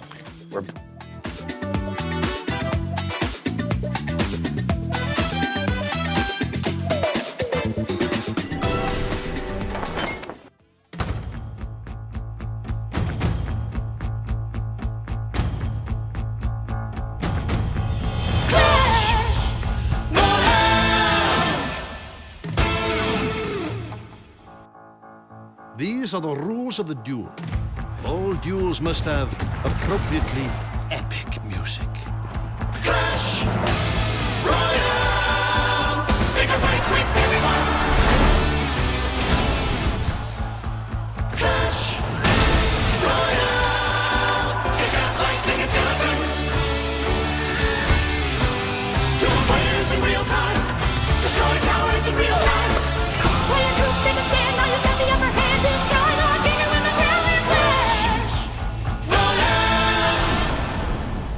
That was a rule of the duel, a most ridiculous duel. Clash Royale.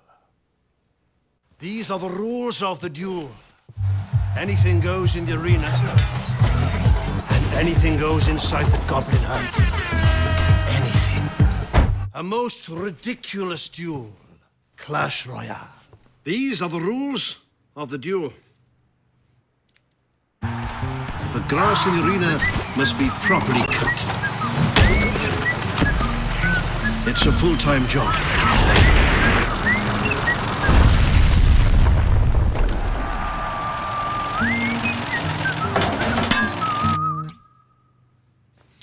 That was the rule of the duel. A most ridiculous duel. Clash Royale. These are the rules of the duel.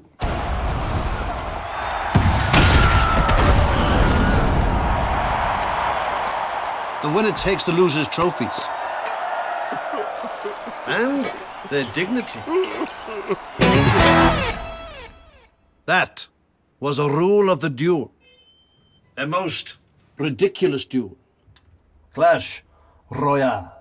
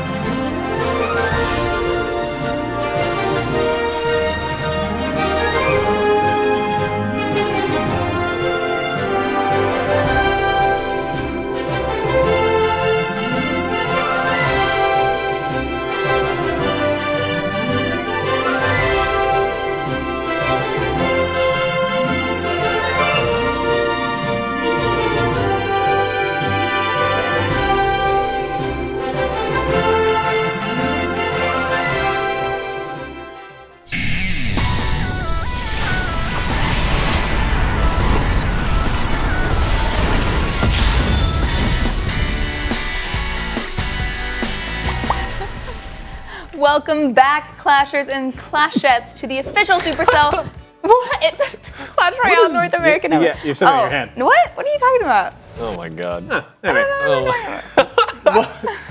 Welcome back, you guys. We are in the top 4. Just a quick reminder, good afternoon for you guys here. We are going to be broadcasting also again tonight at 6 o'clock p.m., so make sure you guys do not miss that for Coronation Day number 10. This is Coronation Day number 9. We also will be broadcasting Wednesdays and Thursdays. Wednesdays are at 6 o'clock p.m. Thursdays are at 8 o'clock p.m. for the Clash Royale North American Open After Dark. Woo!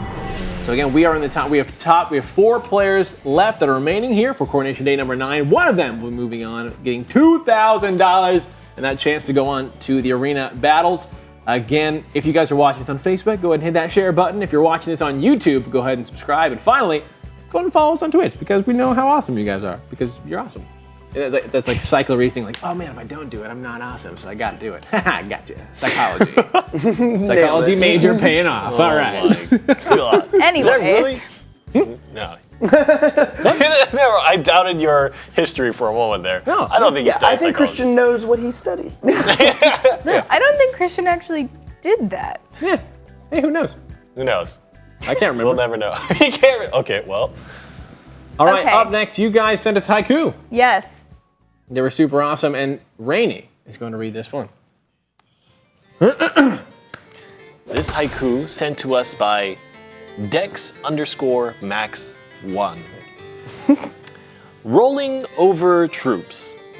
Nothing stops the rolling log. But who pushed the log? Oh, that's a great mystery. question. I never even thought about that. Who did push the log? Who pushed the log? We know. Where does its force? Because every action must have an equal but opposite reaction. That's right. Where is this coming from? Dexmax. Well done. The mystery continues. I'm going to be pondering this for a while. Can Yeah. we just take a break from the That's show to let us think we about just that? took a break, but we Yeah. already need another We're one. going to take another break because that Pondering was the a questions mind of melt. life.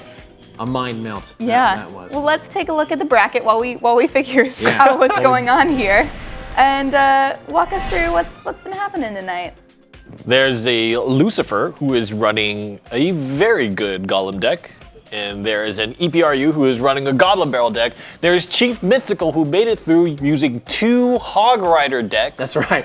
And then there is Jewish Panda. Looking to reclaim Expo while Yes. also playing the Golem Graveyard. A ton of variety Yeah. in this semifinals. I mean, everyone at least has a unique deck about them. So let's take a look. Let's talk about them. Yeah, Yeah. all right, let's pull up the decks now between our first 2 semifinalists. It's Lucifer versus EPRU. For as much as I don't like it, I like Golem Baby Dragon just because it's just very effective. It just So good. is a deck that works, right? Especially right now, and I think that both players having that is kind of a not surprised, right?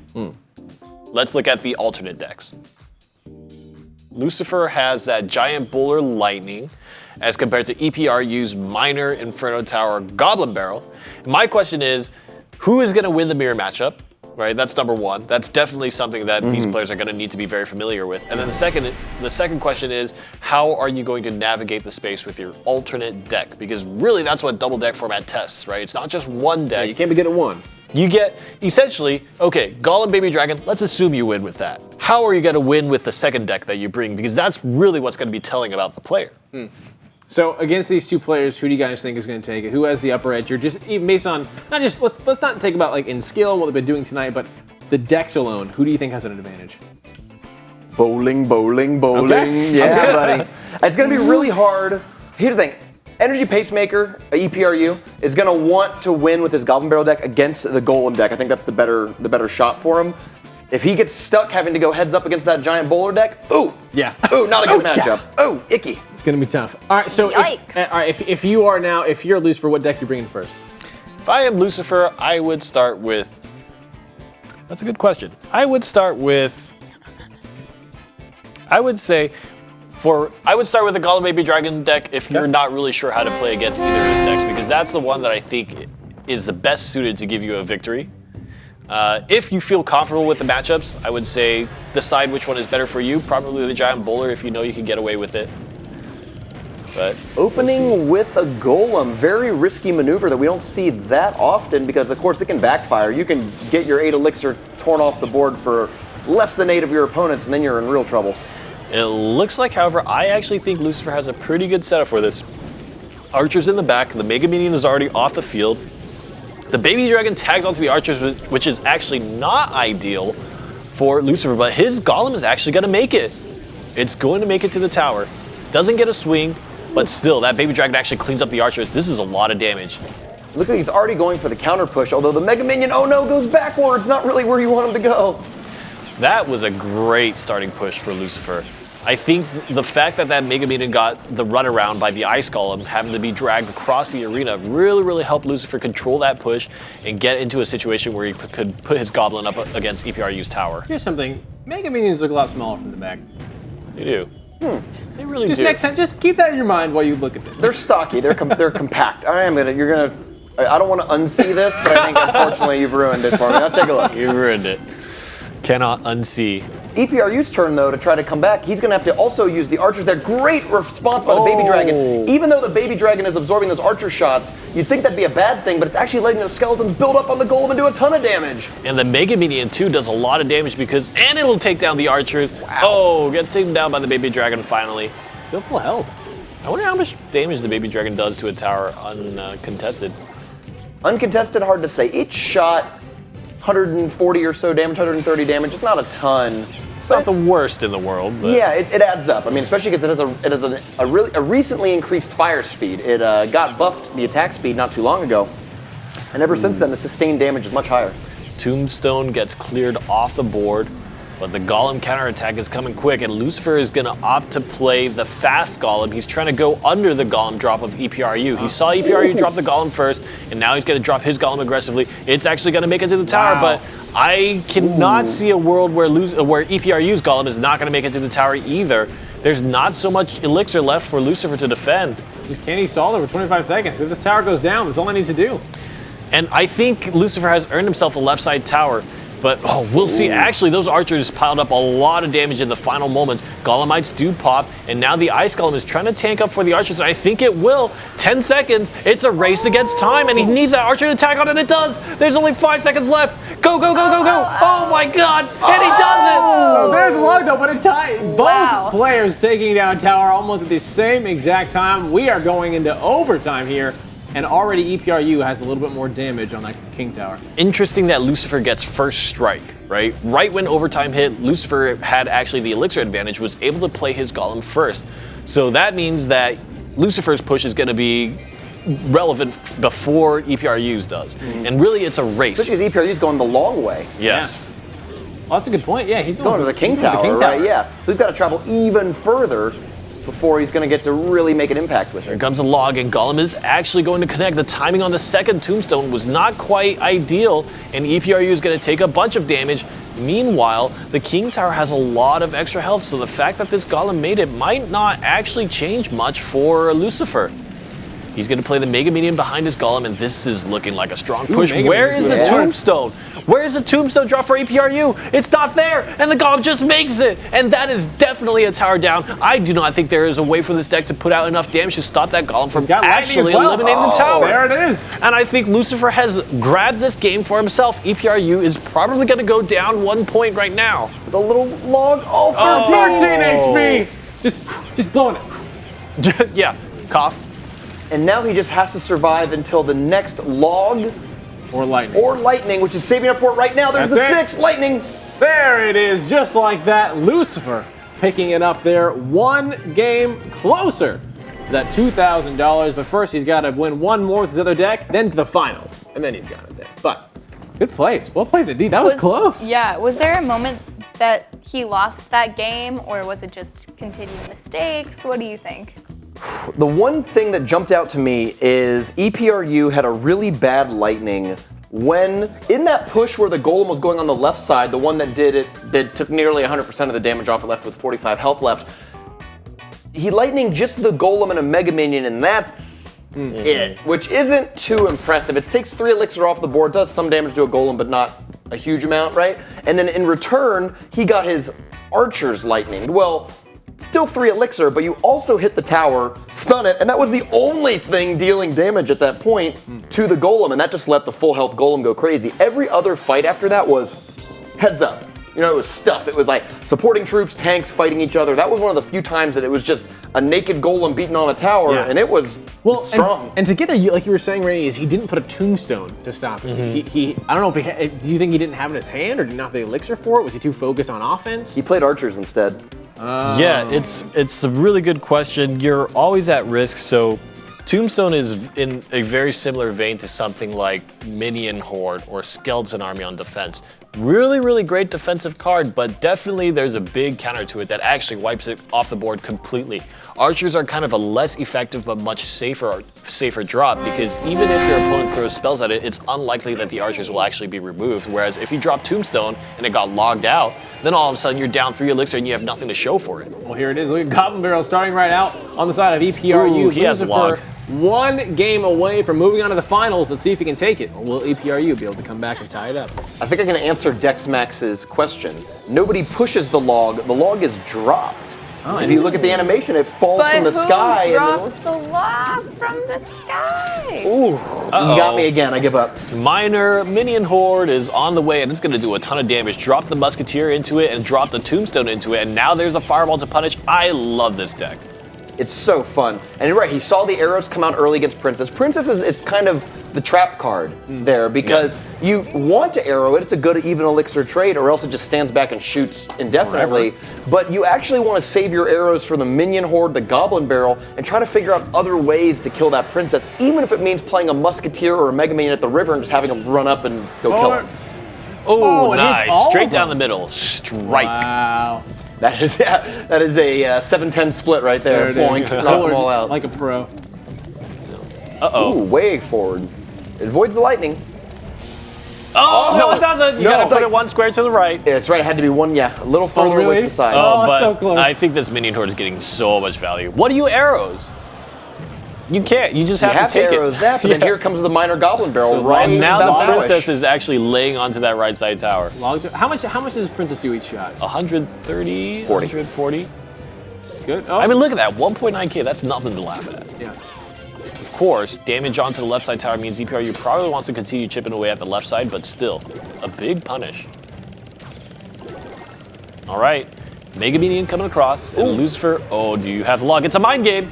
Oh, it's behind! Buller does not take mind games. He's like, I'm gonna kill you. If you remember Too my buff. art quarter, you need to know that if you're ever going to play a mind game, you need a mini tank, because just the Yeah. travel time of the goblins is enough to get a lot of them destroyed. Oh, and he used the arrows, got some elixir value, but look at that giant's already dead-ish. Yeah. Oh, no. Oh, and now he has skeleton army, and it's actually going to work well against the bowler when it surrounds. Yes, you're right. And now there's no log. Go, Princess, go. Uh-oh. There it is. Miner's Nice. 2-point mini This. tank. It's going to do a lot of damage. Yes! Miner, get out of the way. We can't see it. We can't see that. 247. It's Fireball? Fireball? Oh, No, good Fireball timing plus on the log mini horde though, drop. yes. And he's got to do the arrows again, but that opens them up now to what? Skeleton army? He needs to throw so many spells, and it's like Lucifer has arrows, has log, has lightning, has all the spells that would be great, but just the fact that he needs to throw all of them back to back to back and keep committing that elixir means that he can't actually support cards like the Giant very well because he doesn't have the elixir to It do just so. wasn't enough. I like it that Lucifer threw down his log. I love it. As if like maybe he could possibly this one time bounce the log with his log and try to knock it out. But it's not going to happen. EPRU tying up 1-1 against Lucifer. Next match, next game, we'll take it. We'll decide who our first finalist will be. So what are we playing in the next? Giant bowler for Lucifer. He's got to play the same Right, deck. gotta win with up it. against EPRU's Golem Baby Dragon Lightning deck. Now here's a big advantage. There's no Inferno Tower in the Golem deck. One of the things about beatdown decks that's pretty consistent is that they have a very proactive game plan. They know what they want to do. Their 8 cards all have a role in order to support their main win condition, and they're going to do this. They don't commit a lot of spots to countering other decks because they're just trying to make their plan A be better than your plan A. And the downside is that while it's trying to put together these big tanky beatdowns, they don't really have a lot of cards in it to stop enemy tanky beatdowns. So pretty good chance for the Giant Bowler to pull it out, but Golem might just go over the top too. Okay, well, tweet at us who you think is going to take this one. What are they? Giant Bowler and Goaler. Goaler? Did you say? Giant You said Goaler. Goaler. I'm from the South, darling. Let's speak quickly. Is the Match my Goaler words going to together. take this Speak one? quickly. I'm from the South too. Don't give me that. We went to the same school. We literally went to the same university. The Florida couch. The Florida couch. That's it. But yeah, guys, who do you think is going to take it? Will Lucifer move on to the finals? Will it be EPRU?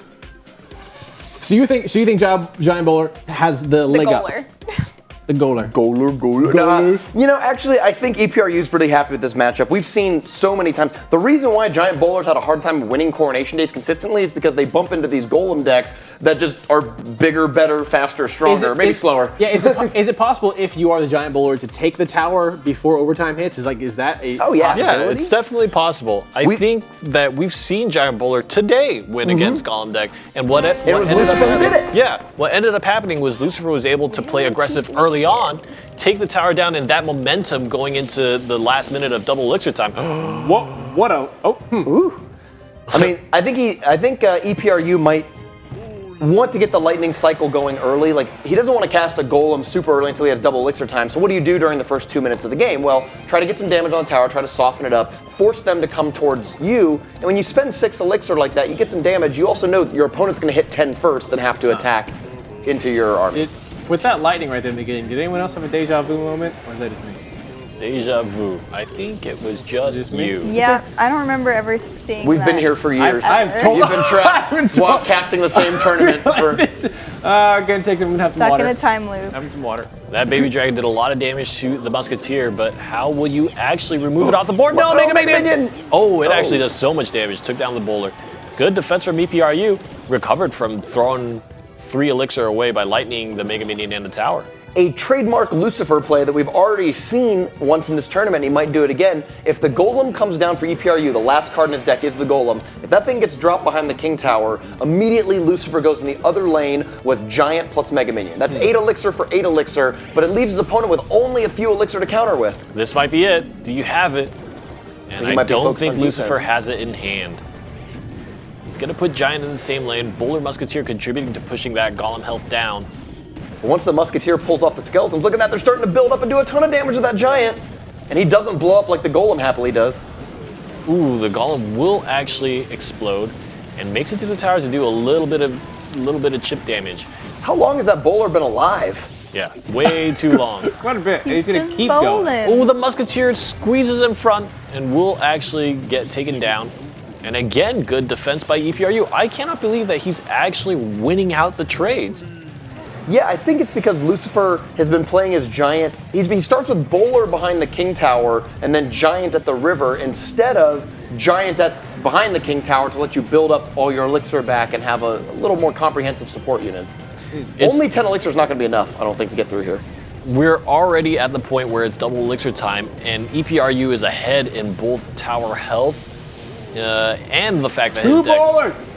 2 bowlers is going to do really well defending against that push. Golemites get taken down, and now it's starting to get to be troublesome because EPRU actually cannot remove those bowlers until they come across the rivers, and so Lucifer is actually going to be able to start stacking support units on top of each other. Wow, these double bowlers are definitely, especially because the higher health ones up front. Still. Oh, not anymore. The Mega Minion actually does a great job taking down that first bowler. Ice Golem is going to come through, but the tower is actually not in range, and there's a second bowler. Non-stop bowler cycle. The big problem here is EPRU is trading down cards, and Lucifer is maintaining board control essentially by keeping his support units alive, and that earns him a big giant push. Oh no! This could crush the tower. But that's still a ton of damage. How are you going to stop that? It only needs 2 more punches. One, here it is, just like that. Wow. The Giant gonna take it down. That was the game that Lucifer was looking for, and he takes it. Moving on to be our first finalist here in Coronation Day number 9. Lucifer's bowler cycle deck. He's really impressing me. We've talked about, we might say, okay, this matchup is like a 70-30 matchup, more favorable for one or the other, but that shows how really smart, dedicated players can play the matchup over and over again and say, all right, here's what everyone else does wrong, and here's what I'm going to do differently to turn an unfavorable matchup into a favorable one. I haven't seen a lot of Giant Bowler players try to stack bowlers like that, but it really works. Was there anything was there anything different about his deck, the Giant Bowler deck? The thing that I think really hurt EPRU was the fact that he was playing the Golem closer. He wanted to make sure that the Golem would swing into action earlier, so he played it closer to the river. Big problem with that is the Golem actually got to the point where the bowler could delay by just throwing boulders at it, and that allowed the first bowler to live long enough for the second bowler to help. allowed the second bowler to delay long enough for the third bowler to help. And once we talk about getting to a critical mass, where you eventually, EPRU tried to trade cards, right? He tried to trade Mega Minion for the Musketeer, Baby Dragon for another thing, but EPRU maintained board control, and he has so many units left on the board. Let's see our first replay with Golem Lightning. Yeah. Golem Lightning. What a good combo. Never seen this before? Never seen this before. There's No a golem. deja vu here. What's coming up next, Christian? I think it's going to be log. Here's the log. Look at it raining down from the sky. It's not a log. It's Big Golem Lightning. There it is. Oh, there's a log. See, I was right. Oh, there is a log. That was the log from EPRU, but Lucifer with that big lightning gonna earn him the opportunity to put that tower down to, I believe, 13 health at once. And here's the no, actually, one of the famous things we're going to see here is we've seen the log try to knock down tombstones. Watch this. The bowler does the log maneuver, kills the tombstone and the skeletons coming out all in one slick little move. And it was so effective at getting that full health giant to the tower. Didn't even need to log out. I mean, threw a log away and it still won the game. Yeah, there it is. Lucifer again. Congratulations. You are moving on to our finals, which just leaves Chief Mystical and Jewish Panda up. Let's go ahead and pull up the bracket so far because we do have our first finalist. Now that Lucifer is in, he has moved on. Chief Mystical, Jewish Panda, who do you think is going to join him? There's the comical answer, and then there's the interesting answer. There's the answer that everyone in the back before we started said, oh, I want the finalist to be. We'll let you guys guess who that is, but it's almost there. Half of it's filled out. I think it's actually, I don't know how the double Hog Rider deck is going to do against Expo. You think that normally the thing that scared Expo out of these Coronation days has been the Giants, the Royal Giants, Definitely the Golems. not the Hog Rider. Yeah, although we have seen some Hog Lightning decks do well, I'm not sure how well it's going to work here, especially because if you try to put too many things behind your King Tower, Yeah, he's got right? Rocket. That's Yeah. right. All right, so let's go ahead and pull up the decks between both of these players here because these are our semi-finalists. A player to watch. I really like Chief Mystical's Hog Rider usage. I think that he made a lot of really great decisions, and Hog Rider play at the top level requires really, really precise execution and really good timing.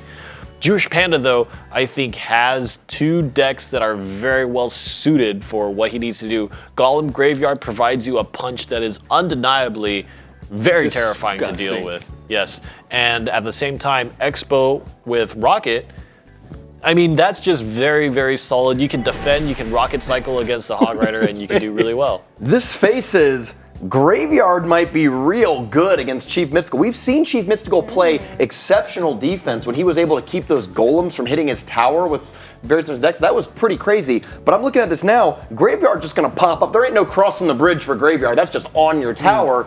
And Hog Rider ain't going to stop it. Princess is too slow. Mega Minion's kind of slow. Like, we can see some cool Graveyard plays. All right. You guys better share this because this stuff's about to get crazy. You don't want any of your friends to miss this. No friend. Not a single friend. Not a single one. No. Or sibling. No. Or family member. Mom. Immediate or marriage. My mom did actually watch a Coronation Day. My parents have been watching every single day. Your family loves you more than mine. Hey, parents. Hi, Mom and Dad. It's good to have you guys here. All right, so like we're saying, coming up next, Chief Mystical and Jewish Panda. One of the things that Chief Mystical is doing, kind of like what Backstab did, was running a double of the similar deck, right? Backstab runs double Royal Giant. Now we have Chief Mystical running double Hog Rider. So if a Hog Rider just shows to be better than one of the decks, this might be able to take him to the finals. I definitely think that one of the wins goes to Graveyard. I think Graveyard is really effective with this Golem combo. I agree with Rumham. I don't know if there's a way for Chief Mystical to stop it, but that's only one win, right? You have to make basically, I think that it comes down to Jewish Panda's Expo deck. What can the Expo deck do against Hog Riders? That's the question. It's definitely different from a lot of the Hog Rider decks we've seen before. It does not have Tombstone, so it's not as vulnerable to the log. It's got skeletons, but they only cost one, so if you log them, not the end of the world. It does have Inferno Tower, which could be pretty good. Chief Mystical versus Jewish Panda in our second semifinal match. Who do you guys think is going to take it at home? Let us know. Big pressure on Mystical here. He wants to bring one home for Hammer Esports. It's it'll be their second title if he can pull it off. Putting him up there with, to catch up. Right, putting him up there with Takeover, Reddit Alpha, many of the other clans who have taken home multiple Coronation Day titles already, and we're only halfway through. The Jewish Panda wanting to represent Human Made to have their first Coronation Day win, so a lot on him as well. Princess is a card that we haven't seen recently, but I've really liked, I mean, that's the reason why. But I've actually really liked the usage of Princess in the tournament today. Ooh, that card's so strong. Like, oh god, here comes a great log. Log! And it knocks the archers back a little bit and interrupts their attack, which just gives them a little bit more time to get to the tower and take a swing. One of the archers got clipped by the ice golem, and so it actually... Oh, it actually died? Yeah, it died to the log. Uh-oh. Watch out. Ooh, play the ice golem to protect the princess. Now he has to log. You have to log the princess. So this is the Inferno Tower Hog Lightning deck. To your point earlier, Christian, about him playing 2 separate Hog Rider decks, one of the really cool things that he was able to do was play 2 kind of different Hog Rider decks. I mean, even though they both contain Hog Rider, they're not nearly as similar as, for example, 2 Expo decks might be in terms of their play. This one is far more defensive, far more control-y. It's going to lean on its Inferno Towers and Princesses to force them to attack into you, and then uses Hog Lightning on these really big, powerful counterattacks to do a lot of damage. His other Hog Rider deck is a lot faster tempo, faster pace, casting Hog Riders so often that you're not able to counter them very well. One thing I like about what Chief Mystical is doing is, like you were saying, Rennie, he puts the Princess on one side where you gotta log it, right? Which then leaves your log not able to push back the Hog Rider. God, that combo is so good, and Chief Mystical is really making short work of Jewish Panda. This is Jewish Panda's time. Double Elixir has finally hit, and he's weathered the storm, but did he take too much damage? Here comes the first graveyard. And logs out. It's gonna be the Ice Golem. Go, Princess, go! Go, Princess, go! Princess got the value shot. No, where are you walking? Shoot to the left! Princess, what are you doing? Your tower's under attack. Oh my gosh. And really, this is a key moment for Jewish Panda. He needs to make the dream happen right now. Ice Golem is getting way more hugs than I would have normally seen, and this princess is about to abandon duty. Oh yeah, Princess not even looking at the tower. That tower is God. going down. No. The thing is, Chief Mystical has the opportunity to push this into overtime. The fact that left side tower is so weak is actually a great boon for Chief Mystical, because that means that he actually has a shot. He can race the next golem drop and try to take down that tower before the golem gets there. Half health. But the big problem is, again, graveyard. How do you stop it? It's a race. Chief Mystical needs first strike right now, and I think that moment of opportunity is quickly slipping away. The instant this golem makes it across the river, I give Chief Mystical maybe another 20 seconds to live. This Hog Log might do it. This is the big play right now. If this Hog Rider gets it and gets enough swings. One more. No, it's not quite enough. Defense is so important. Where's the graveyard? No, I think Jewish Panda invested too much elixir on the left. The Golem's gonna make it, but it's not actually gonna end the game. And if Chief Mystical Lightnings defend this graveyard, lightning once, then the Golem is definitely too slow for the next lightning. And I think that Chief Mystical might have closed it out. Wow. Ice Golem is a decent little stopgap there too, because it absorbs all the shots, and when it does die, it blows up on the skeletons. He didn't get the swing. That could have been the end of the game, but the Hog Rider didn't get to swing. And so now Jewish Panda lives just a little bit longer. It's not enough time to do 2 lightnings, or it's going to be a big risk. He needs the Hog Rider to swing right now. That's it. Where's the defense? There's a log. Here comes the Lightning Chief Mystical picking up game number 1 here in the semifinals against Jewish Panda with a deck that this was the deck that you said that he would have a harder time against, correct? Well, he got a good matchup there. No, actually, I don't really think there's a Harder good or bad better. matchup. It's that this one was the control deck. It's the one that's going to sit back, and he got a better matchup there. He got paired up against the Golem deck, which control decks thrive on beatdown decks. They sit back, they're prepared for you, they have answers to your plan A, and they want to knock down your attacks and then slowly get their damage in when they can. I think he would have a harder time with that deck against the Expo deck, solely because Expo forces you to come to them. You have to put together an attack, and the only cards that really attack in that deck are like Hog and Mega Minion, and Princess is not going to block an Expo. Sure. We know that much. Poor Princess. I have faith in her. Yeah, there was 2 on the board at one time. That was pretty great. Just a reminder, guys, for our schedule here at the Clash Royale North American Opens. Good afternoon to you guys. This is kind of a rare event. We're doing a back-to-back marathon palooza here. Because of Sunday's King's Cup. Because of the King's Cup on Sunday, which was a fantastic event. Go ahead and watch that if you guys have missed any of that. Some fantastic top players. Some of our top players made it over there as well and played. So kudos to them. But we have another one tonight, 6 o'clock p.m., so don't go anywhere. Just quickly, you can go somewhere briefly and then come back. Bathroom break. Yeah, bathroom break, and then you're in. Then you're instantly in. Maybe even bring your phone to the bathroom just so you don't miss a thing. And then Wednesday, 6 o'clock p.m., Thursday, 8 o'clock p.m., and we'll be again back next Sunday at 6 o'clock. All right, Chief Mystic up 1-0 against Jewish Panda. If you're Jewish Panda, Rainey, do you bring the Expo deck or do you try to do the Golem again? I would... I think if you're Jewish Panda, try the Expo deck. I think that the defense against the Hog Rider was just so tough for Jewish Panda to put together. In the early 2 minutes of the game, each Hog Rider just got swing after swing after swing, and that really hurt. How many times do you see a Hog Rider deck win in a 1-1 tower situation, taking the second tower, winning 2-1? Not that often, and the fact that Chief Mystical could put that together is actually astounding to me. I think play the Expo. I've been really impressed by Chief Mystical. I kind of agree with you. I think you might as well switch it. Here's the problem. The game's going to go two different ways no matter what you play. If you play Expo, you're actually kind of in the driver's seat. You are the one putting down the Expo, forcing them to react, and if you can grab the game by the throat, you can win, right? The downside is if he plays the Golem deck, even though it's more powerful, a lot of openings. He's going to go down to 2 Elixir to cast that Golem, and that's when the Hog strikes. Yep. All right, well, we'll see right now. Chief Mystical, one more game from being our finalist. Can he take it?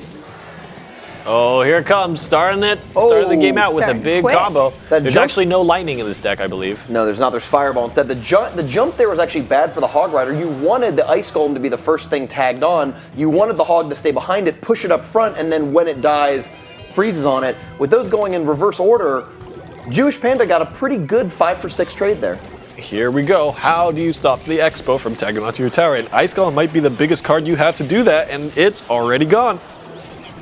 Meanwhile, Ice Golem from Jewish Panda is going to hold up the Mega Minion. Now the skeletons pop. Run, Mega Minion. Run. No, not the skeletons. The Expo. Ooh. The Expo. No. There's the Ice Spirit too. Hog Rider is going to come in and save the day. But I think Inferno Tower might be in cycle, and there it is. Mega Minion actually tags it up, but Hog Rider takes 3 swings and will die to this Inferno Tower. That wasn't too bad, though, because you did take down the Expo, and you got another 5 Elixir out from the Inferno Tower. Now, if you look at it, Jewish Panda is only just now able to cast Expo, but without support cards, it's probably not going to do it. Chief Mystical has a 2 Elixir advantage that he can use to invest in another set of archers, maybe a tombstone in the middle, and continue to try to seal the lanes before another Expo comes to punish him. Uh-oh, time for Chief Mystical to scramble again. I think the early play is Hog Rider right now. Maybe remove the Mega Minion, but then commit to the Hog Rider on the table. Oh, missed the Ice Spirit. That's going to change things a little bit. Archer is the last bastion of defense.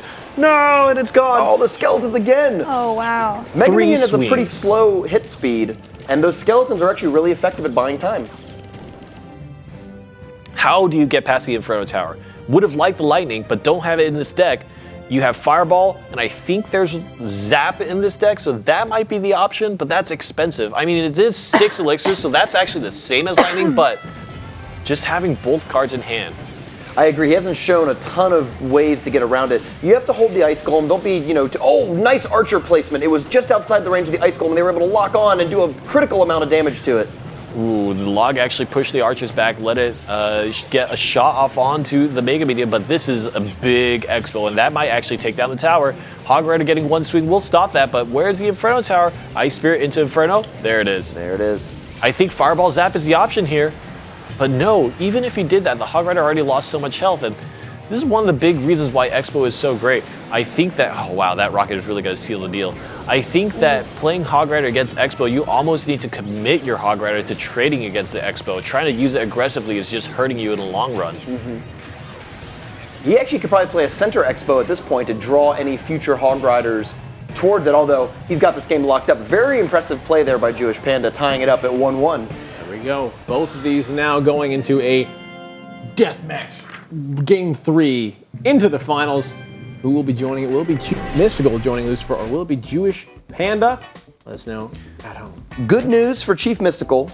He's going into Game 3 with against the dreaded Golem Graveyard deck, but he actually has Archers, Zap, Ice Golem, Mega Minion, Tombstone. Like, there's a lot of cards that he could use to counter the Graveyard if it come up. I think he has a better chance of winning against it with this deck than the other. Is Ice Golem good for Graveyard defense? Graveyard? Yeah. Ice Golem is always doubting yourself. Ice Golem is good because when the Ice Golem pops up, it walks really, really slowly. So if you place it on the side where the Graveyard is most overlapping, then that means most of the skeletons that pop out will actually tag onto the Ice Golem. If the Ice Golem does end up dying, you don't have to done. worry about any of the skeletons that piled on. Also, it gives you the opportunity to build up the skeletons without taking damage to your tower, and then say a princess or a log just splashes and takes down the majority of the skeletons, which is also very helpful. Yeah, and it's only 2 elixir to 5, so even if you play something like archers along with it, that can totally ace the graveyard for, the same elixir cost, so that helps. Speaking of icy things, Ice Spirits got a reduction recently, right? How did that affect these decks that we saw just now? One thing I've definitely noticed is that Musketeer feels like you used to be able to counter things like Musketeer and Mini P.E.K.K.A. with just a single Ice Spirit, and it seems like that extra half second has allowed those cards to come back to life a little sooner and threaten the tower a little more. That's probably good. That's probably bad for Clash Royale if 1 elixir cards can counter 4 and 5 elixir cards, because you want the 4 and 5 elixir cards. It was nice while it lasted, but... Yeah. Here we go, Jewish Panda, Chief Mystical. Here comes, same opening, doing the hog push on the Ice Golem. Oh! And the Hog Rider's not going to get a swing. Worth mentioning, though, that Ice Golem has largely replaced Ice Spirit in a lot of these decks with its buff to now kill skeletons and also a huge amount of hit points for its cost. That's largely kind of been the new card that people are using just to block incoming offensive attacks. Saw there that it was very effective. Slowed up the archer, prevented any tower damage, and also took down the Ice Golem. This might be the time to attack. All right, here it comes. Pushy push. Tombstone's going to come down. Oh, first log. Not good enough. Uh-oh, and you made a mistake. And it's slower now. Oh, and the Mega Minion gets slow. 4 hits, almost 5 there. And it was definitely 4 because of the Ice Golem's slow. If that thing didn't slow, 100% that was only a 3-time push. Hold on. Archers are Watch your back. Watch your back, Archers. Still Mega Minion go. Oh, man, they are just taking them down. Wow. That is some fast target acquisition. Look at this defense right here. And that's the downside of Graveyard. It is a very high risk, high reward sort of card. If it works, it can ace a tower from 100% to 0. We saw that happen. Buddy, there's very few cards that can disappoint you like a Graveyard does sometimes. Double swing and the zap for the 3-hit combo earns the Hog Rider 1 swing. Jewish Panda had to play the Archers to get a single shot off on the Hog Rider to prevent 2. Now, Jewish Panda already thrown up those well plays. We're not the double elixir, which we've seen. That's where Golem thrives. Yes. Right now, I mean, Chief Mystical is doing even better than he did in the first game. We're not even in overtime, and he's got 845 on that right side tower. In the other game, Jewish Panda had 1,000 plus health on that right side tower, so it's still not looking very good for him. Ooh, I think he got tricked there. Oh, he does play the Golem. Oh no, Jewish Panda. Uh-oh. He was trying to block the Tombstone that wasn't going to come up. I was under the impression that Ice Golem back there was sort of a bait to see if he would hog ride, and then you still have 8 elixir to defend with. But instead, Jewish Panda just actually dropped the Golem, right? And then might have hurt him. Ice Golem against the Graveyard. The Mega Minion is actually going to lose. The Mega Minion loses because the Graveyard attracts it, and now the Graveyard is able to connect. Wow. I actually think Chief Mystical should hide the Archer drop until the Graveyard comes out because... He cycled again! This might be a 3-crown, and I think this Ice Golem is... Oh, no! Hold on! Wait, that's too many skeletons! Hold on, Chief Mystical! You're not out of the woods yet! And I think that Jewish Panda got from behind! What? Fireball? Wait, does he have? There's log Jewish zap. Panda has log zap. Those two combined will do it. Go! Zap. Graveyard is such a dangerous card. Oh, wow. I mean, we talk about being high risk, high reward. We saw both in the same game. Yeah, there it is, the log. There's the zap. Jewish Panda getting a 3-crown. I think that's only our 4th one out of all the Coronation days, and he is moving on to face off against Lucifer in the final. Jewish Panda's gonna be meeting Lucifer. Yep, that's it. Let's see if you guys predicted it at home, because some people in the back did. Yeah, the Panda went up to Burbank, and he's looking for a deck to steal. That's right. Wow, what a match. I mean, we were just talking, again, like you said, in one match we see Graveyard played and just get countered and do nothing, and then all of a sudden take a tower down, played again, 3-crown. You know what's kind of odd for Chief Mystical, too? If I'm looking at it, he actually didn't... Oh, he did. I'm sorry. He did mirror 4 cards between all of them. So the Zap log was a thing that he had to do. But I really feel like Zap was kind of a liability in that compared to how effective log was at getting around Tombstone. His opponent played Tombstone in both decks, and every time he was able to log the Tombstone or lightning it, it seemed really good. And the Zap was just not quite as good. His lightning deck has been crushing people all day, and this was the deck he struggled with the entire tournament, and it comes back to bite him in the semifinals. Well, let's see our first replay with some expos. Expos are sort of back, you guys. There's an expo. Half back. And it's partially because there's really no Royal Giants hanging around anymore. Yeah. Royal Giants Royal Giants gonna come back because of this. Love that play, by the way, of the archers on the far right side. They actually were able to lock on to the X-Bow instead of the Ice Golem placed in front. That's what was able to prevent a lot of damage from coming through. It was still enough to put it within rocket range, but Chief Mystical went down fighting. Yeah, I agree. Oh my God, this graveyard is actually so Now, how does this turn to a 3-crown? That really surprised me that it just turned into another 3-crown. The thing is, it's the second graveyard that gets played in the same cycle. There it is. Yeah. That's the graveyard that really hurt Chief Mystical the most. Skeleton Party. It was 2 Ice Golems, 2 Mega Minions, and 2 graveyards. Talk about critical mass. Yeah, so much stuff. And a lot of that comes down because Chief Mystical on the right side committed, I want to say 9 Elixir to his push because he had, I think, an Ice Spirit, or I'm sorry, 10. He had Ice Golem, Hog Rider, and a Fireball. He was trying to Fireball a Tombstone that never came. So he kind of just fireballed the tower, and he may not have even needed to because the Hog Rider might have done it all on his own. So now he's back down to 0 Elixir, and here comes Ice Golem plus Golem. It was not that much more that you had to add on top to make that a tower crushing push. Well, also, and then he got back to it, and his Fireball had to be used defensively instead of offensively anyway. So even if he was trying to get the spell cycle on the enemy tower, he just didn't have enough leisure to do that. In terms of strategical thinking, there's something that we should bring up, right? In that situation, if you were Chief Mystical, right, pre-fireballing a Tombstone in your mind sounds like that's a great idea. If he plays a Tombstone, I'll clear it out instantly. Sounds great. But in actuality, that is a wrong play because let's take the situation where Tombstone is not played. If you hold and don't pre-fireball and Tombstone is not played, you get the tower, right? Let's say that Tombstone is played and you did not play Fireball. Well, now you know that 3 Elixir is committed on the right side. Just fireball the Tombstone and take that as your victory. And then just spell cycle your way to victory so you never overcommit Elixir. And I think that loss of 4 Elixir really hurt him. So in some ways, you're incentivized to just hold. Just throw the Hog Rider and watch. Okay. If your opponent decides to try to defend the Hog Rider, then you fireball. Because you don't need, the tower health is low enough that you can actually cycle with Fireball. You don't need a big risky play like pre-fireballing. This is why you have more crowns than I do. All right, let's go ahead and pull up the bracket now. We do have our 2 finalists. It is Lucifer versus Jewish Panda. They have all beaten many very equipped foes to get to this point.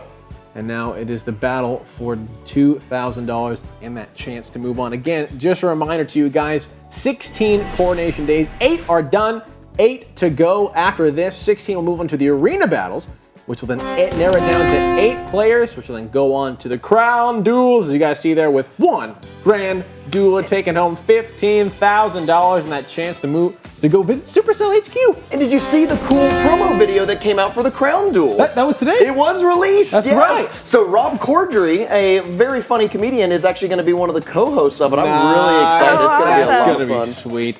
And there you guys go again. First place, not only for playing for that chance today to move on, they're also playing for $2,000. And that's either going to be Lucifer or it's going to be Jewish Panda. All right, gentlemen and lady, we are here. We are now in the finals. All right, I think it's going to be Jewish Panda. I think Jewish Panda's got this. I love what he's using. Graveyard is definitely. I want Graveyard to. I mean, 2 weeks in a row will Graveyard win a Coronation Day? It's both the decks. We'll see. That'd be pretty cool. You know, we've mentioned that we've actually seen this in the finals where sometimes players bring 2 decks, and their one deck is super successful, and the other deck, a little less successful, loses like 3 times in a row for them to get reverse swept. Jewish Panda needs to pull out at least 1 game with this Expo, one by hell or high water. He needs to pull out 1 Expo game, because then I actually think his Golem Graveyard deck could probably beat, either a Golem Mirror Match or the Giant Bowler deck. The hardest matchup in the entire finals is his Expo against Giant Bowler or Golem Bring it Lightning. first. You got to win that coin flip. Yeah, definitely. We'll bring it first. I like that. Yeah. Good idea. I think Start throwing them Expos down. That's right. Baby Dragon, weirdly, you'd think it would be good against Graveyard. It's okay against Graveyard. It's gonna... There's no Lightning in Jewish Panda's deck. He has Zap and Log instead of the Log and Lightning combination. Okay. So he doesn't have a way to you play Baby Dragon to counter the Graveyard, I can Lightning it along with the tower.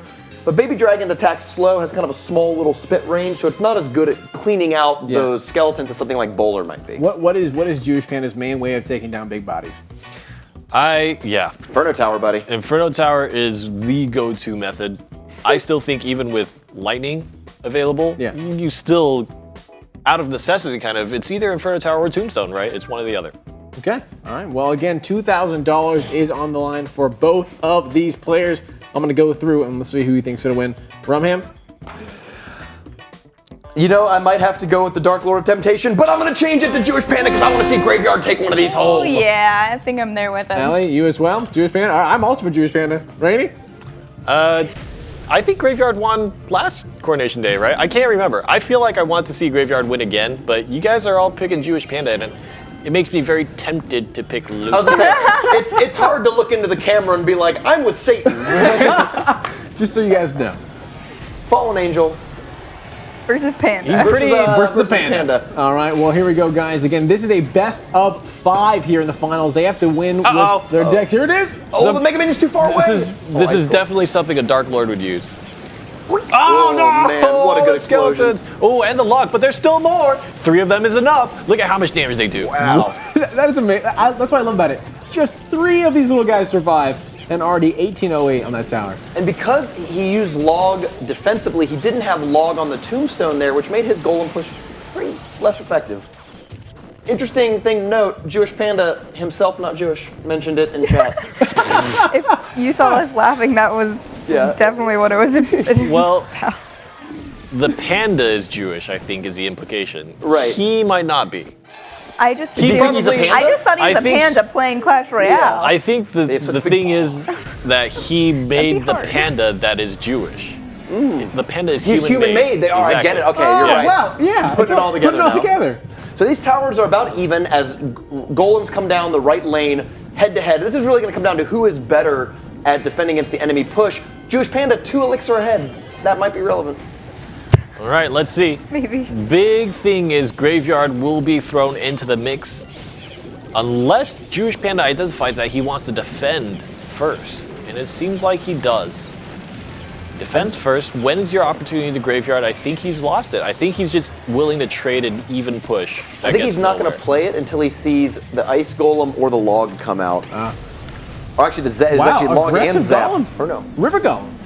The River Golem with the Ice Golem behind. It's Daddy and the Sun. Weirdly enough, Jewish Panda's 2 last cards are Log and Zap. Hasn't cast either yet.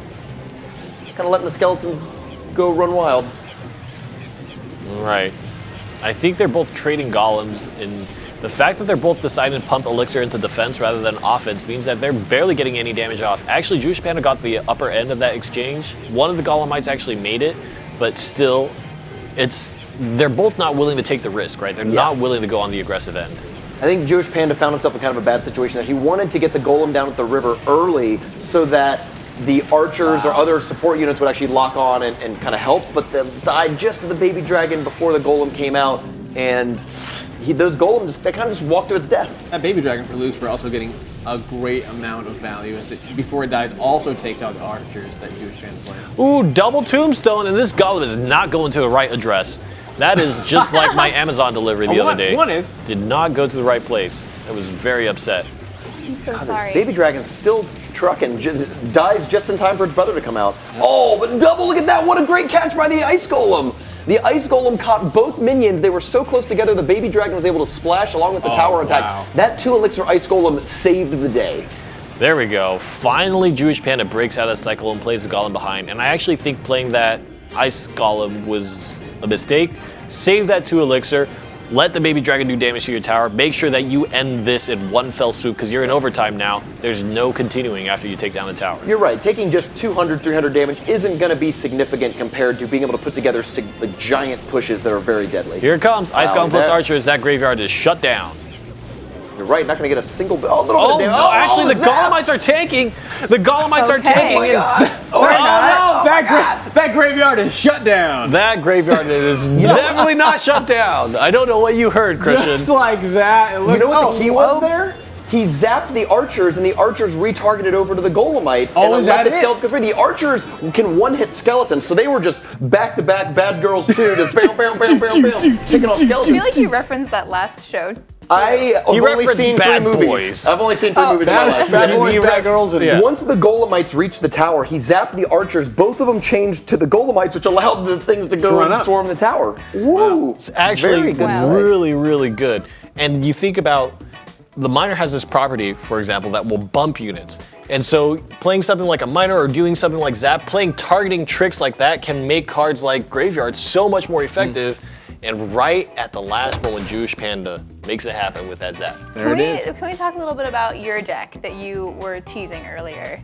That Unless you don't want to give You away your think. secrets. I opened Graveyard in my shop Saturday morning. Another legendary from I Pam. am, Make sure you get your notepads ready if you want to copy this deck. So I spent all day working on different Graveyard decks, and I had a lot of fun with it. I ended up settling on a Prince Graveyard deck, and it found to be very, very effective. Anytime Miners, Hog Riders, Royal Giants, even like regular Giants with Bowler come in, the Prince defends against them very, very well. Doesn't get knocked back by Bowler.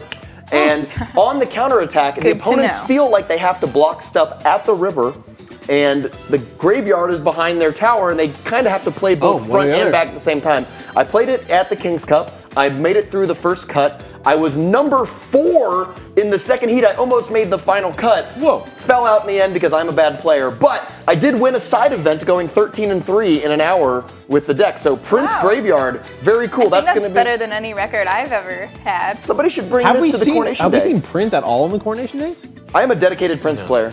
Yeah, I don't think we've seen think Prince so. at all. All right, well, our next game is ready, ladies and gentlemen. We have Jewish Panda up 1-0 against Lucifer. Again, we are in the final, so it is a best of 5. Jewish Panda can bring the same deck again, but you can only win with one deck 2 times here in the finals. Has Clout Gaming won a Coronation Day yet? No, I'm saying both of these are now, I think, Oh, new yeah, okay. clans that are Oh, in. yay. Because Garrett was from Synergy. Yes. And then, of course, yeah, Hammers, Takeover, Reddit. So either way, tonight we are going to have Take a over. new clan winner. That's great. Clout's been around for a long time. One of the original major gaming clans in the Clash Royale scene, so very impressive. It looks like the Musketeer's going to be just out of Golem exploding range. Wow, that Musketeer is avoiding a lot of damage. She's just standing perfectly still. Oh, wow, good roll.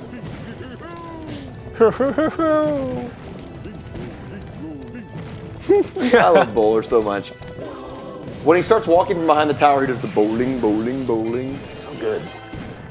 Another Tombstone's going to prevent... Oh, actually, so Jewish Panda going for a second game with his Golem deck, which means that he is willing to have his back against the wall with the Expo, Expo, yeah. and try to win one of the last 3 games, maybe, of the match with Expo.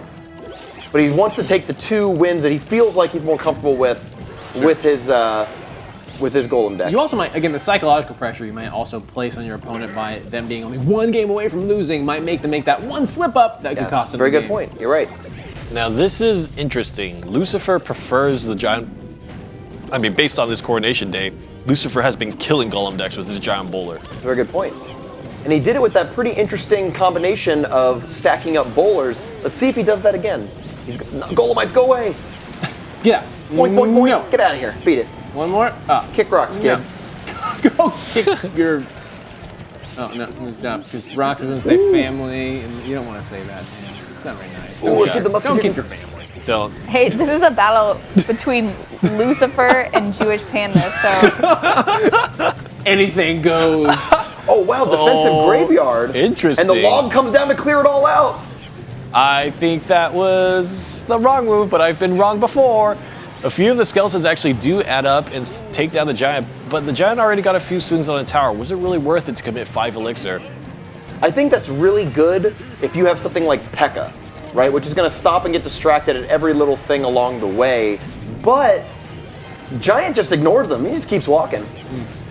Log has been such a key card in these anti-tombstone matchups, and again we see that Log earning the giant 1 big swing, even though the graveyard is committed to defense, not offense, which is a big part of Jewish Panda's aggressive nature.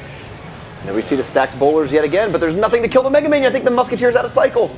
Uh-oh, there's a Mega Minion to challenge, and I think it will win it out, and one of the bowlers does survive. How do you stop this with the elixir that you have? You can't. Ooh, especially with the lightning right there. Jewish Panda giving the well played. Because one more rock, there it is, taking down that Man. tower. And Lucifer going to tie it up 1-1 here in the finals.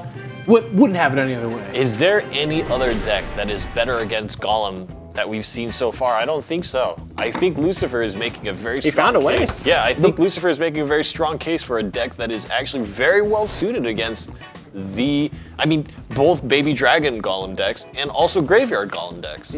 Yeah, I guess maybe the Minor Rocket, Inferno Tower, maybe, but you're right. Like, Lucifer has a few key cards in this deck that makes it different from a lot of the other decks out there. Running 3 spells, running Musketeer as well. Musketeer, you know, pretty survivable, hard to really take out easily, and he's done a really good job holding off these gold decks. I'm really impressed. Like, I'm gonna go rewatch these games after the broadcast. See what it was. Yeah, to really take notes, because I love Giant Bowler, but I quit playing it because I felt like I couldn't beat the Golem decks out there. So I'm learning something from Lucifer, and I hope you're all learning something at home. Yeah, and tweet at us if you are, because we would love to know if you're learning things from us. That would just be awesome. Not from me, because I don't have anything really valuable. You absolutely to do. We're learning offer fashionable headwear. you. That's right. Yes. That's Yes, right. indeed. We all know who the actual winner is tonight. Me Free with hat. my crown. Free hat. All right. So now, technically, right, again, as you most elegantly put it, the best of 3 kind of technically starts now in the finals, right? Both players have 1 victory. They are now both winning. They both won 1 with their decks. It is now kind of coming down to that best of 3. So far, that Giant Bowler, how... Again, like we haven't, again, like you said, you haven't gone back, you haven't watched exactly what it is, but how do you think gut reaction Jewish Panda what does he have to do to stop it? Well, it depends on what deck he's bringing. If he brings that Giant Bowler deck again, the commitment to the Bowler is really what's been doing it. Bowler doesn't do a ton of damage to the Golem, but as soon as the Golem pops and turns into Golemites, Bowler just wrecks them. Like, there's no real follow-up once, because the Golemites are medium-sized and they get knocked back by the Golem's pushes, preventing them from really locking onto a tower, doing a lot of damage with their attacks, and of course, if they're too far from the tower, when they blow up, they don't do anything. All right. Musketeer stepping up to the plate. The first Musketeer that Lucifer played in the last game was so effective. Oh no! Musketeer, it wins. Does he have the zap? That Ice Spirit got taken out also by a Bowler's Rock.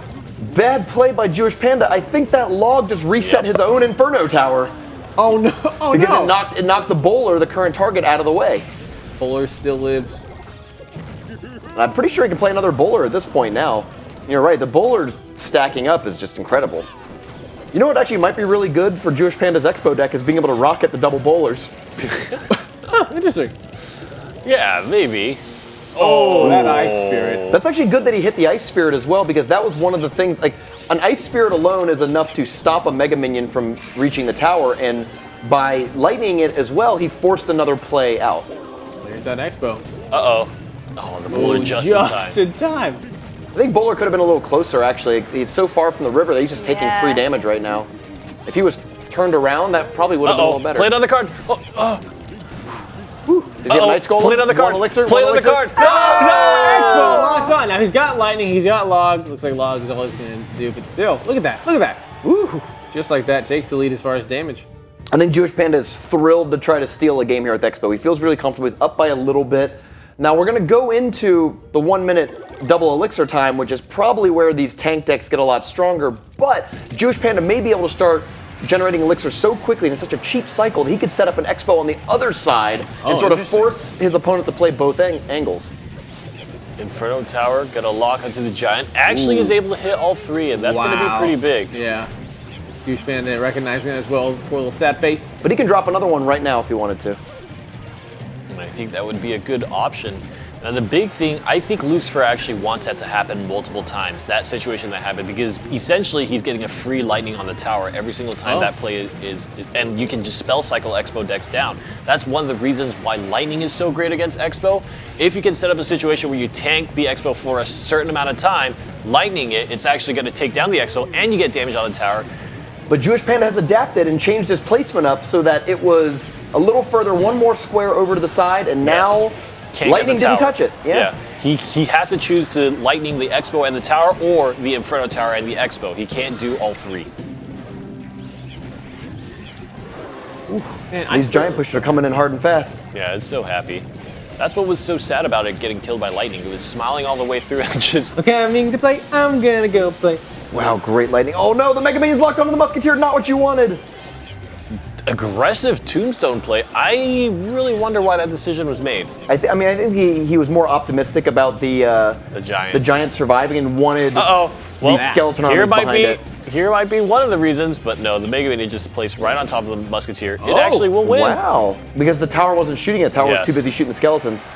Bowler already in place. This Ice Spirit is just going to take a bowler to the face. A bowler to the face. So wait, now it's too close. It's Lightning. too close. Doom, doom, doom. Oh no! Oh, didn't get the third strike.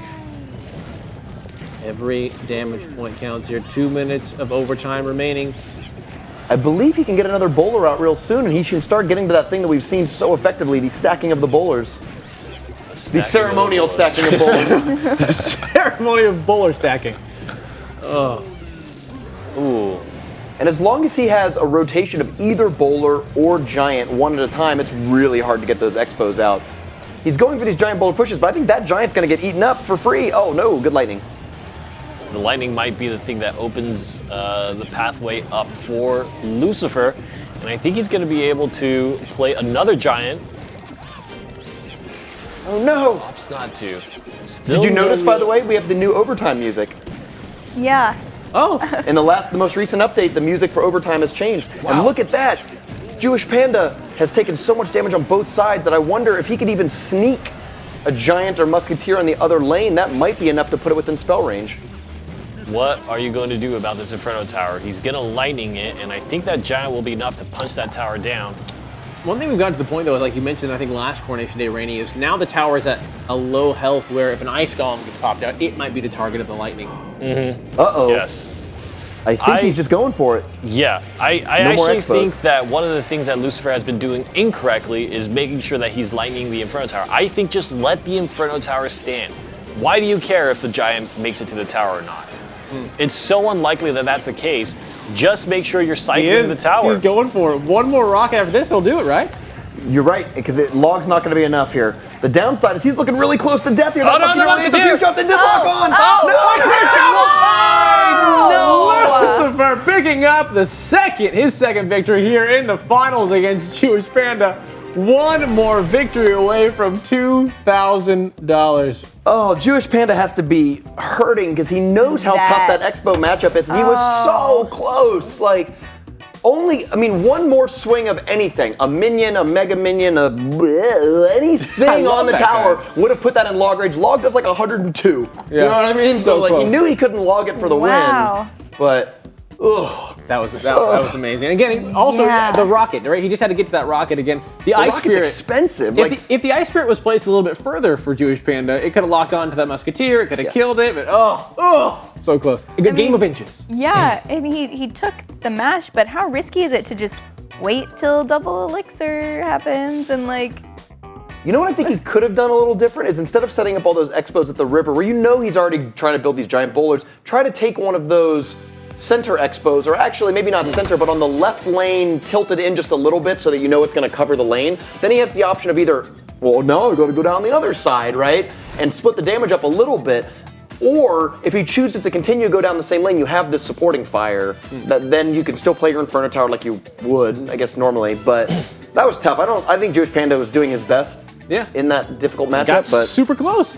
Still needs to win a game. Talk to me what you were saying a little bit more about why would you care about lightning the Inferno Tower? You said just let it stand? Yeah, at a certain point, you know that you have enough defense against the Expo that it's never going to do a point of damage to your tower. For example, if you have the elixir enough to play a giant to block the Expo, he's going to play things like Inferno Tower, maybe he's going to play Ice Golem, a bunch of cards that are never going to make it to your tower and do any damage. The only way he actually does damage to you is by the Expo. So essentially, why do you feel the need to challenge that elixir at all? Okay. Just let it stay on his side of the map and just use your lightning strictly on the Expo and the tower. That way, the Expo just wastes the rest of its measly little life shooting at the giant, never accomplishing anything. So, Lucifer, has he won twice with Giant Bowler, or is it 1-1? He did win an early round, but I'm trying to remember because I think we saw the graveyard. I think he's only won twice with Giant Bowler because Jewish Panda won the first game. He won Lucifer won the second game against Golem deck with his Giant Bowler. I believe he won against the Expo with his Giant Bowler. Whether it's 1-1 or 2 with the Giant Bowler, he is bringing this Golem deck into his final crucial game. If he wins this, $2,000 richer, booked a ticket to the arena battles, and maybe even all the way to the crown duels. That's right. It is on Jewish Panda right now to come back and tie it up 2-2 to take it to that crucial game number 5 here in the finals. Can he do it? Golem actually avoids the slow effect of the Ice Golem. and that's going to provide the. Oh, wow, that was just on the edge of enough. I think that golem is going to make it to the tower. Big opening from Lucifer. He's going to take an early lead. You're right. You see how crucial the tombstone is. Oh no! A bad log. Oh, never mind. It actually kind of worked out. Huh? Oh, because right as the tombstone popped, the golem died, and that explosion took care of it. Still, though, not super ideal for Jewish Panda. I mean, having the big body golem make it to the tower is much better than the golemites because the damage is not proportional, right? The two golems do not equal the one. The two golemites does not equal the golem.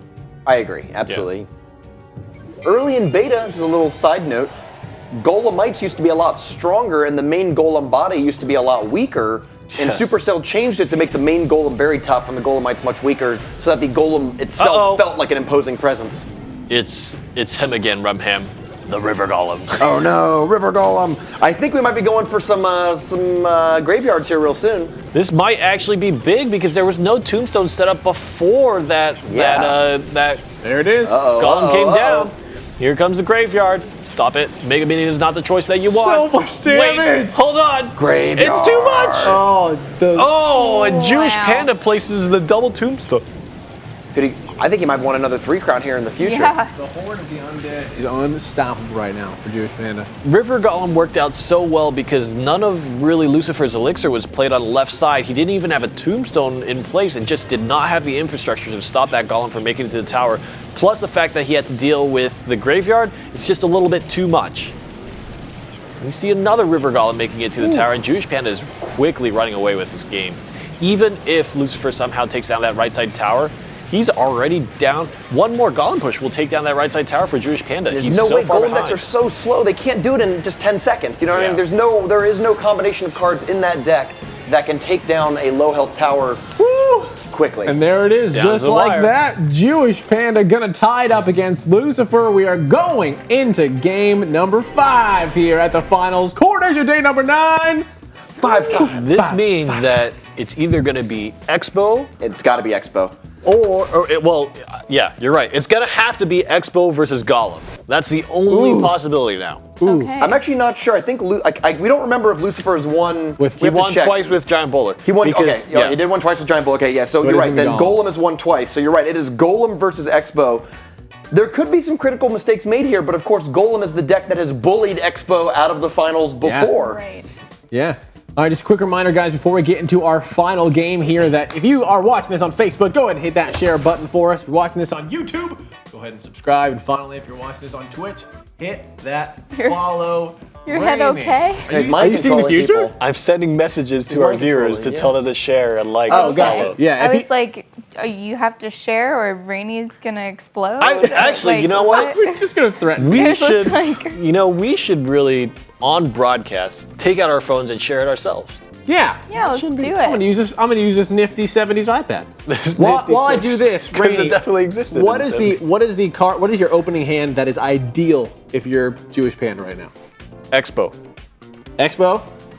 Expo and stuff. Just stuff to Cool. throw in So front you of it. want that Expo. You probably want something like Expo, Ice Golem, Mega Minion, What something happens like if that. it's not? If it's not there, that's like the most opportune time to use Expo. The nice part is that with Skeletons, Ice Spirit, and Ice Golem all being very cheap cycles, he might be able to draw it even if it's the 5th or 6th card in his deck pretty quickly. But Yeah, the goal yeah. here is it's not so much that Jewish Panda wants Expo in his hand, which he does, but he really wants Lucifer to not have Tombstone or Golem, Tombstone. because that deck's a lot harder to cycle. Okay. Downside is there's 3 good blockers. I mean, there's Ice Golem, Tombstone, and Golem, but what we saw in the other games was sometimes the Tombstone would come out and get shot really quick and then just block on and go from there. You really have to have, the big thing is you have to have cheap enough cards with your original set of Elixir Yeah. to play enough defense. Because even if you do cycle to your Golem, can you guarantee that you have 8 Elixir To at that play time it, to play right? it? Yeah. If your opening hand is like Baby Dragon, Archers, Lightning, Log, you're in trouble because one of those cards has to come out and they're not a great matchup against Right. Expo.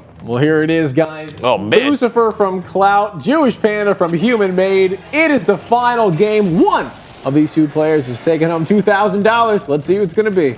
Jewish Panda was mad at Lucifer. Did he throw an anger face? Yeah, he threw an angry face. Poor guy. Super mad. There it is. There it is. Womp womp. Good game. Now the catch here though is that if this Expo and the associated skeletons can do a good amount of damage to the golem before it really crosses the river, you never know, right? Like the Golem's probably going to stop this Expo, but if that Inferno Tower survives with a lot of health, the next Expo can be set up with defense built in. Man, that Expo has actually shot down a lot of units, but there's just too many targets for it. Both even elixir trades, so when it all kind of shakes out, they're both at 5. No major advantage for either player. Although that's pretty good news, I think, for Jewish Panda. I think that's the ultimate situation where you could get an elixir trade against you. Yeah. It's interesting because you do have the double 1 elixir cards and the Ice Golem and the log. And so I think if Jewish Panda just consistently justifies using the log, like right here, could have been a little bit earlier. Skeletons. No! Oh my God! Lucifer Jewish Panda! No, the zap! Oh, it actually does reset onto the Ice Golem. So he's going to mitigate a lot of damage. But this is what we're talking about. As per Ender, fast cycling Expo decks are where it's at. If there's an Expo deck that doesn't make me quite as upset as the other ones, it's the fast cycling ones, because I do believe that there is a world where they can beat out big body decks. You just have to be able to gain momentum in the game and cycle faster than the Golem can. And we saw it before, so what happened on the last one is Lucifer was trying to save up to 8 elixir. Right as the Expo locked on his tower, he hit that 8 elixir and was just like, too late, just 1 little second too late. And I think that happened again. He had 8 elixir, we had about 7 elixir, and I think he panicked and played the archers and Ice Golem instead of just dropping the big main Golem. All right, we're in double elixir time, and this actually makes it much safer for the Golem player. You're right. Many more opportunities to have 8 elixir in hand to play the Golem at the preferred time, and not pulling a Clyde. And worth mentioning that the Golem deck is not so hot. Or, I'm sorry, the Expo deck is not so hot at actually defending against these big pushes. It likes to be in the driver's seat. It wants to keep you constantly trying to react to it. If you actually have time to put a tank behind your King Tower and build the support troops behind it, it doesn't really have the tools to stop you.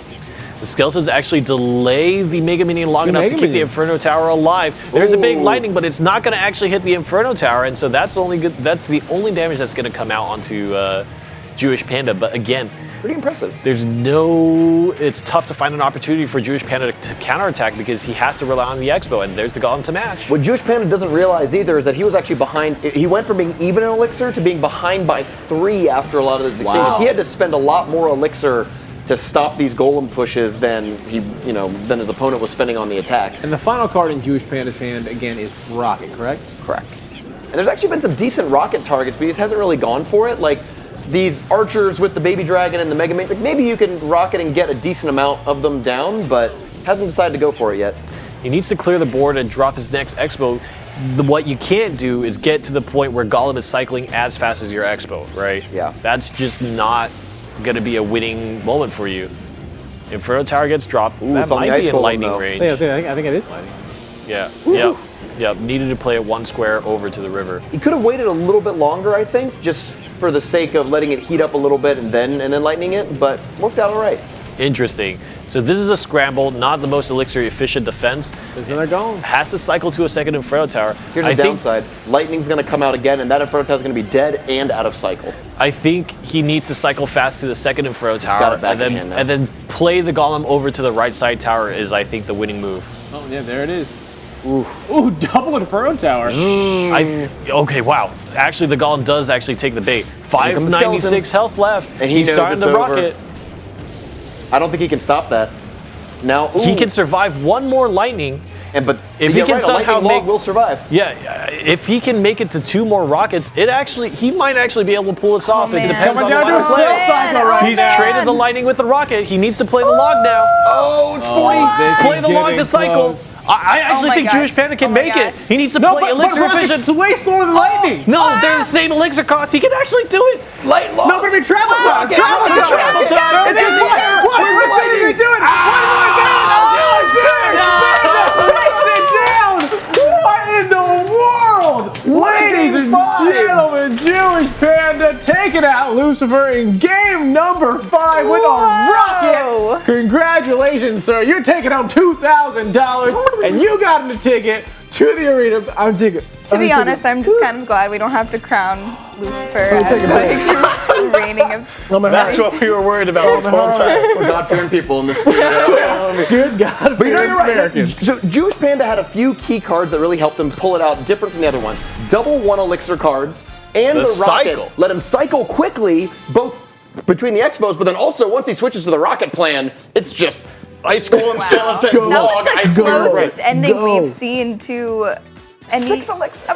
Oh my gosh. Okay, well let's take a look at not our replay quite yet, but Key moment. The double Inferno Tower laser beam, that is when Jewish Panda kind of stabilized. There was a while where it looked like he was slowly but surely like taking damage. Elixir, yeah. The golems were coming down faster than he could really answer them. And at one time, he was able to keep an Inferno Tower alive, get the second Inferno Tower up, burn down the golem without taking any damage. The lightning was like not terribly effective. It was just a lightning on the tower, right? And that allowed him to stabilize and get back into like, okay, I think I can do this. Yeah.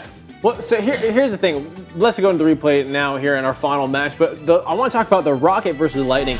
But when I said they were quicker, I mean lightning is instant when you play, or the travel time is quicker. And how did it? Look at the elixir cost. He actually was up by 4 elixir near the end. He had remember he went from even elixir to behind by 3 to up by 4, and that actually allowed him to fire the rocket. When he fired that rocket in the air, Lucifer still only had 4 elixir, and he had charge too. Yeah, he just didn't have the time. Talk about, this is one of the reasons why players will tend to the lower elixir effective cards, right? Because cycle is so important. Cycling is actually so important, and Jewish Panda demonstrated that today. He's keeping himself fit, making sure he's keeping that cardio up. Great log right there to do the whole tombstone trick, wiping it out, and that allows the Expo to lock on, and even with the lightning there and the retarget, that did 1,000 damage. If that was like all the other Expos we saw, where it didn't really lock on or do anything, he wouldn't have been able to rocket cycle before dying to the enemy lightning. Even though if it was only one successful Expo, it was, as we talked about it, early in the game. Yeah, Graveyard again making it to the finals and winning. Wow. So super good on this brand new legendary card. People are already using it. It's doing fantastic. Let's pull up the bracket for anyone for a quick recap of the day. Rumham, Rainey, walk us through the story of Coronation Day number 9. The human-made Jewish Panda has a crazy run through AJ, through Chief Mystical, and then finally to Lucifer in the finals. And Lucifer himself was no pushover. I mean, Tin 2, I think, came the closest. Came the closest to beating. I mean, if you remember that first match of the day, Tin 2 versus Lucifer, I actually think it was a very, very key decision at the end that suddenly allowed Lucifer to push back to the win. Yeah. Tin could have been the one in the finals, but ever since Lucifer beat him, went up against EPRU, lost against one deck, but won convincingly the 2 rounds that he did win, got all the way to the finals and just wasn't quite, I mean, how close? How much closer can you get, right? 40 HP. Crazy. That's got to feel tough for Lucifer, because I think he played really well. I mean, he had some of the most innovative strategies that I saw with the giant bowler deck. Right. And man, congratulations, Jewish Panda. Hey, you know what, Lucifer? You get $500 for your evil schemes. Great. Yeah. Reinvest into fiddles. Tickets to Georgia. Tickets to Georgia, pitchforks. Lots of things that Lucifer enjoys buying with $500. So not only is Jewish Panda not Jewish, and probably not a panda. Yeah, we don't know that one though. We don't know that for sure, but we do know that he's going home with $2,000 and a ticket to boot camp. If you want to be like him, Panda or not, go to ClashRoyaleOpen.com, sign up, come see us, maybe fight Lucifer.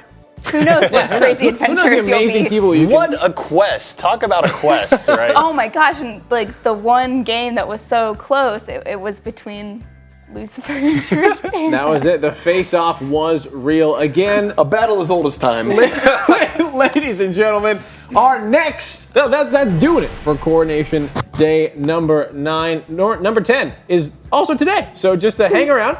Just keep the stream up. We'll be seeing you at 6 o'clock p.m. and then again Wednesday at 6.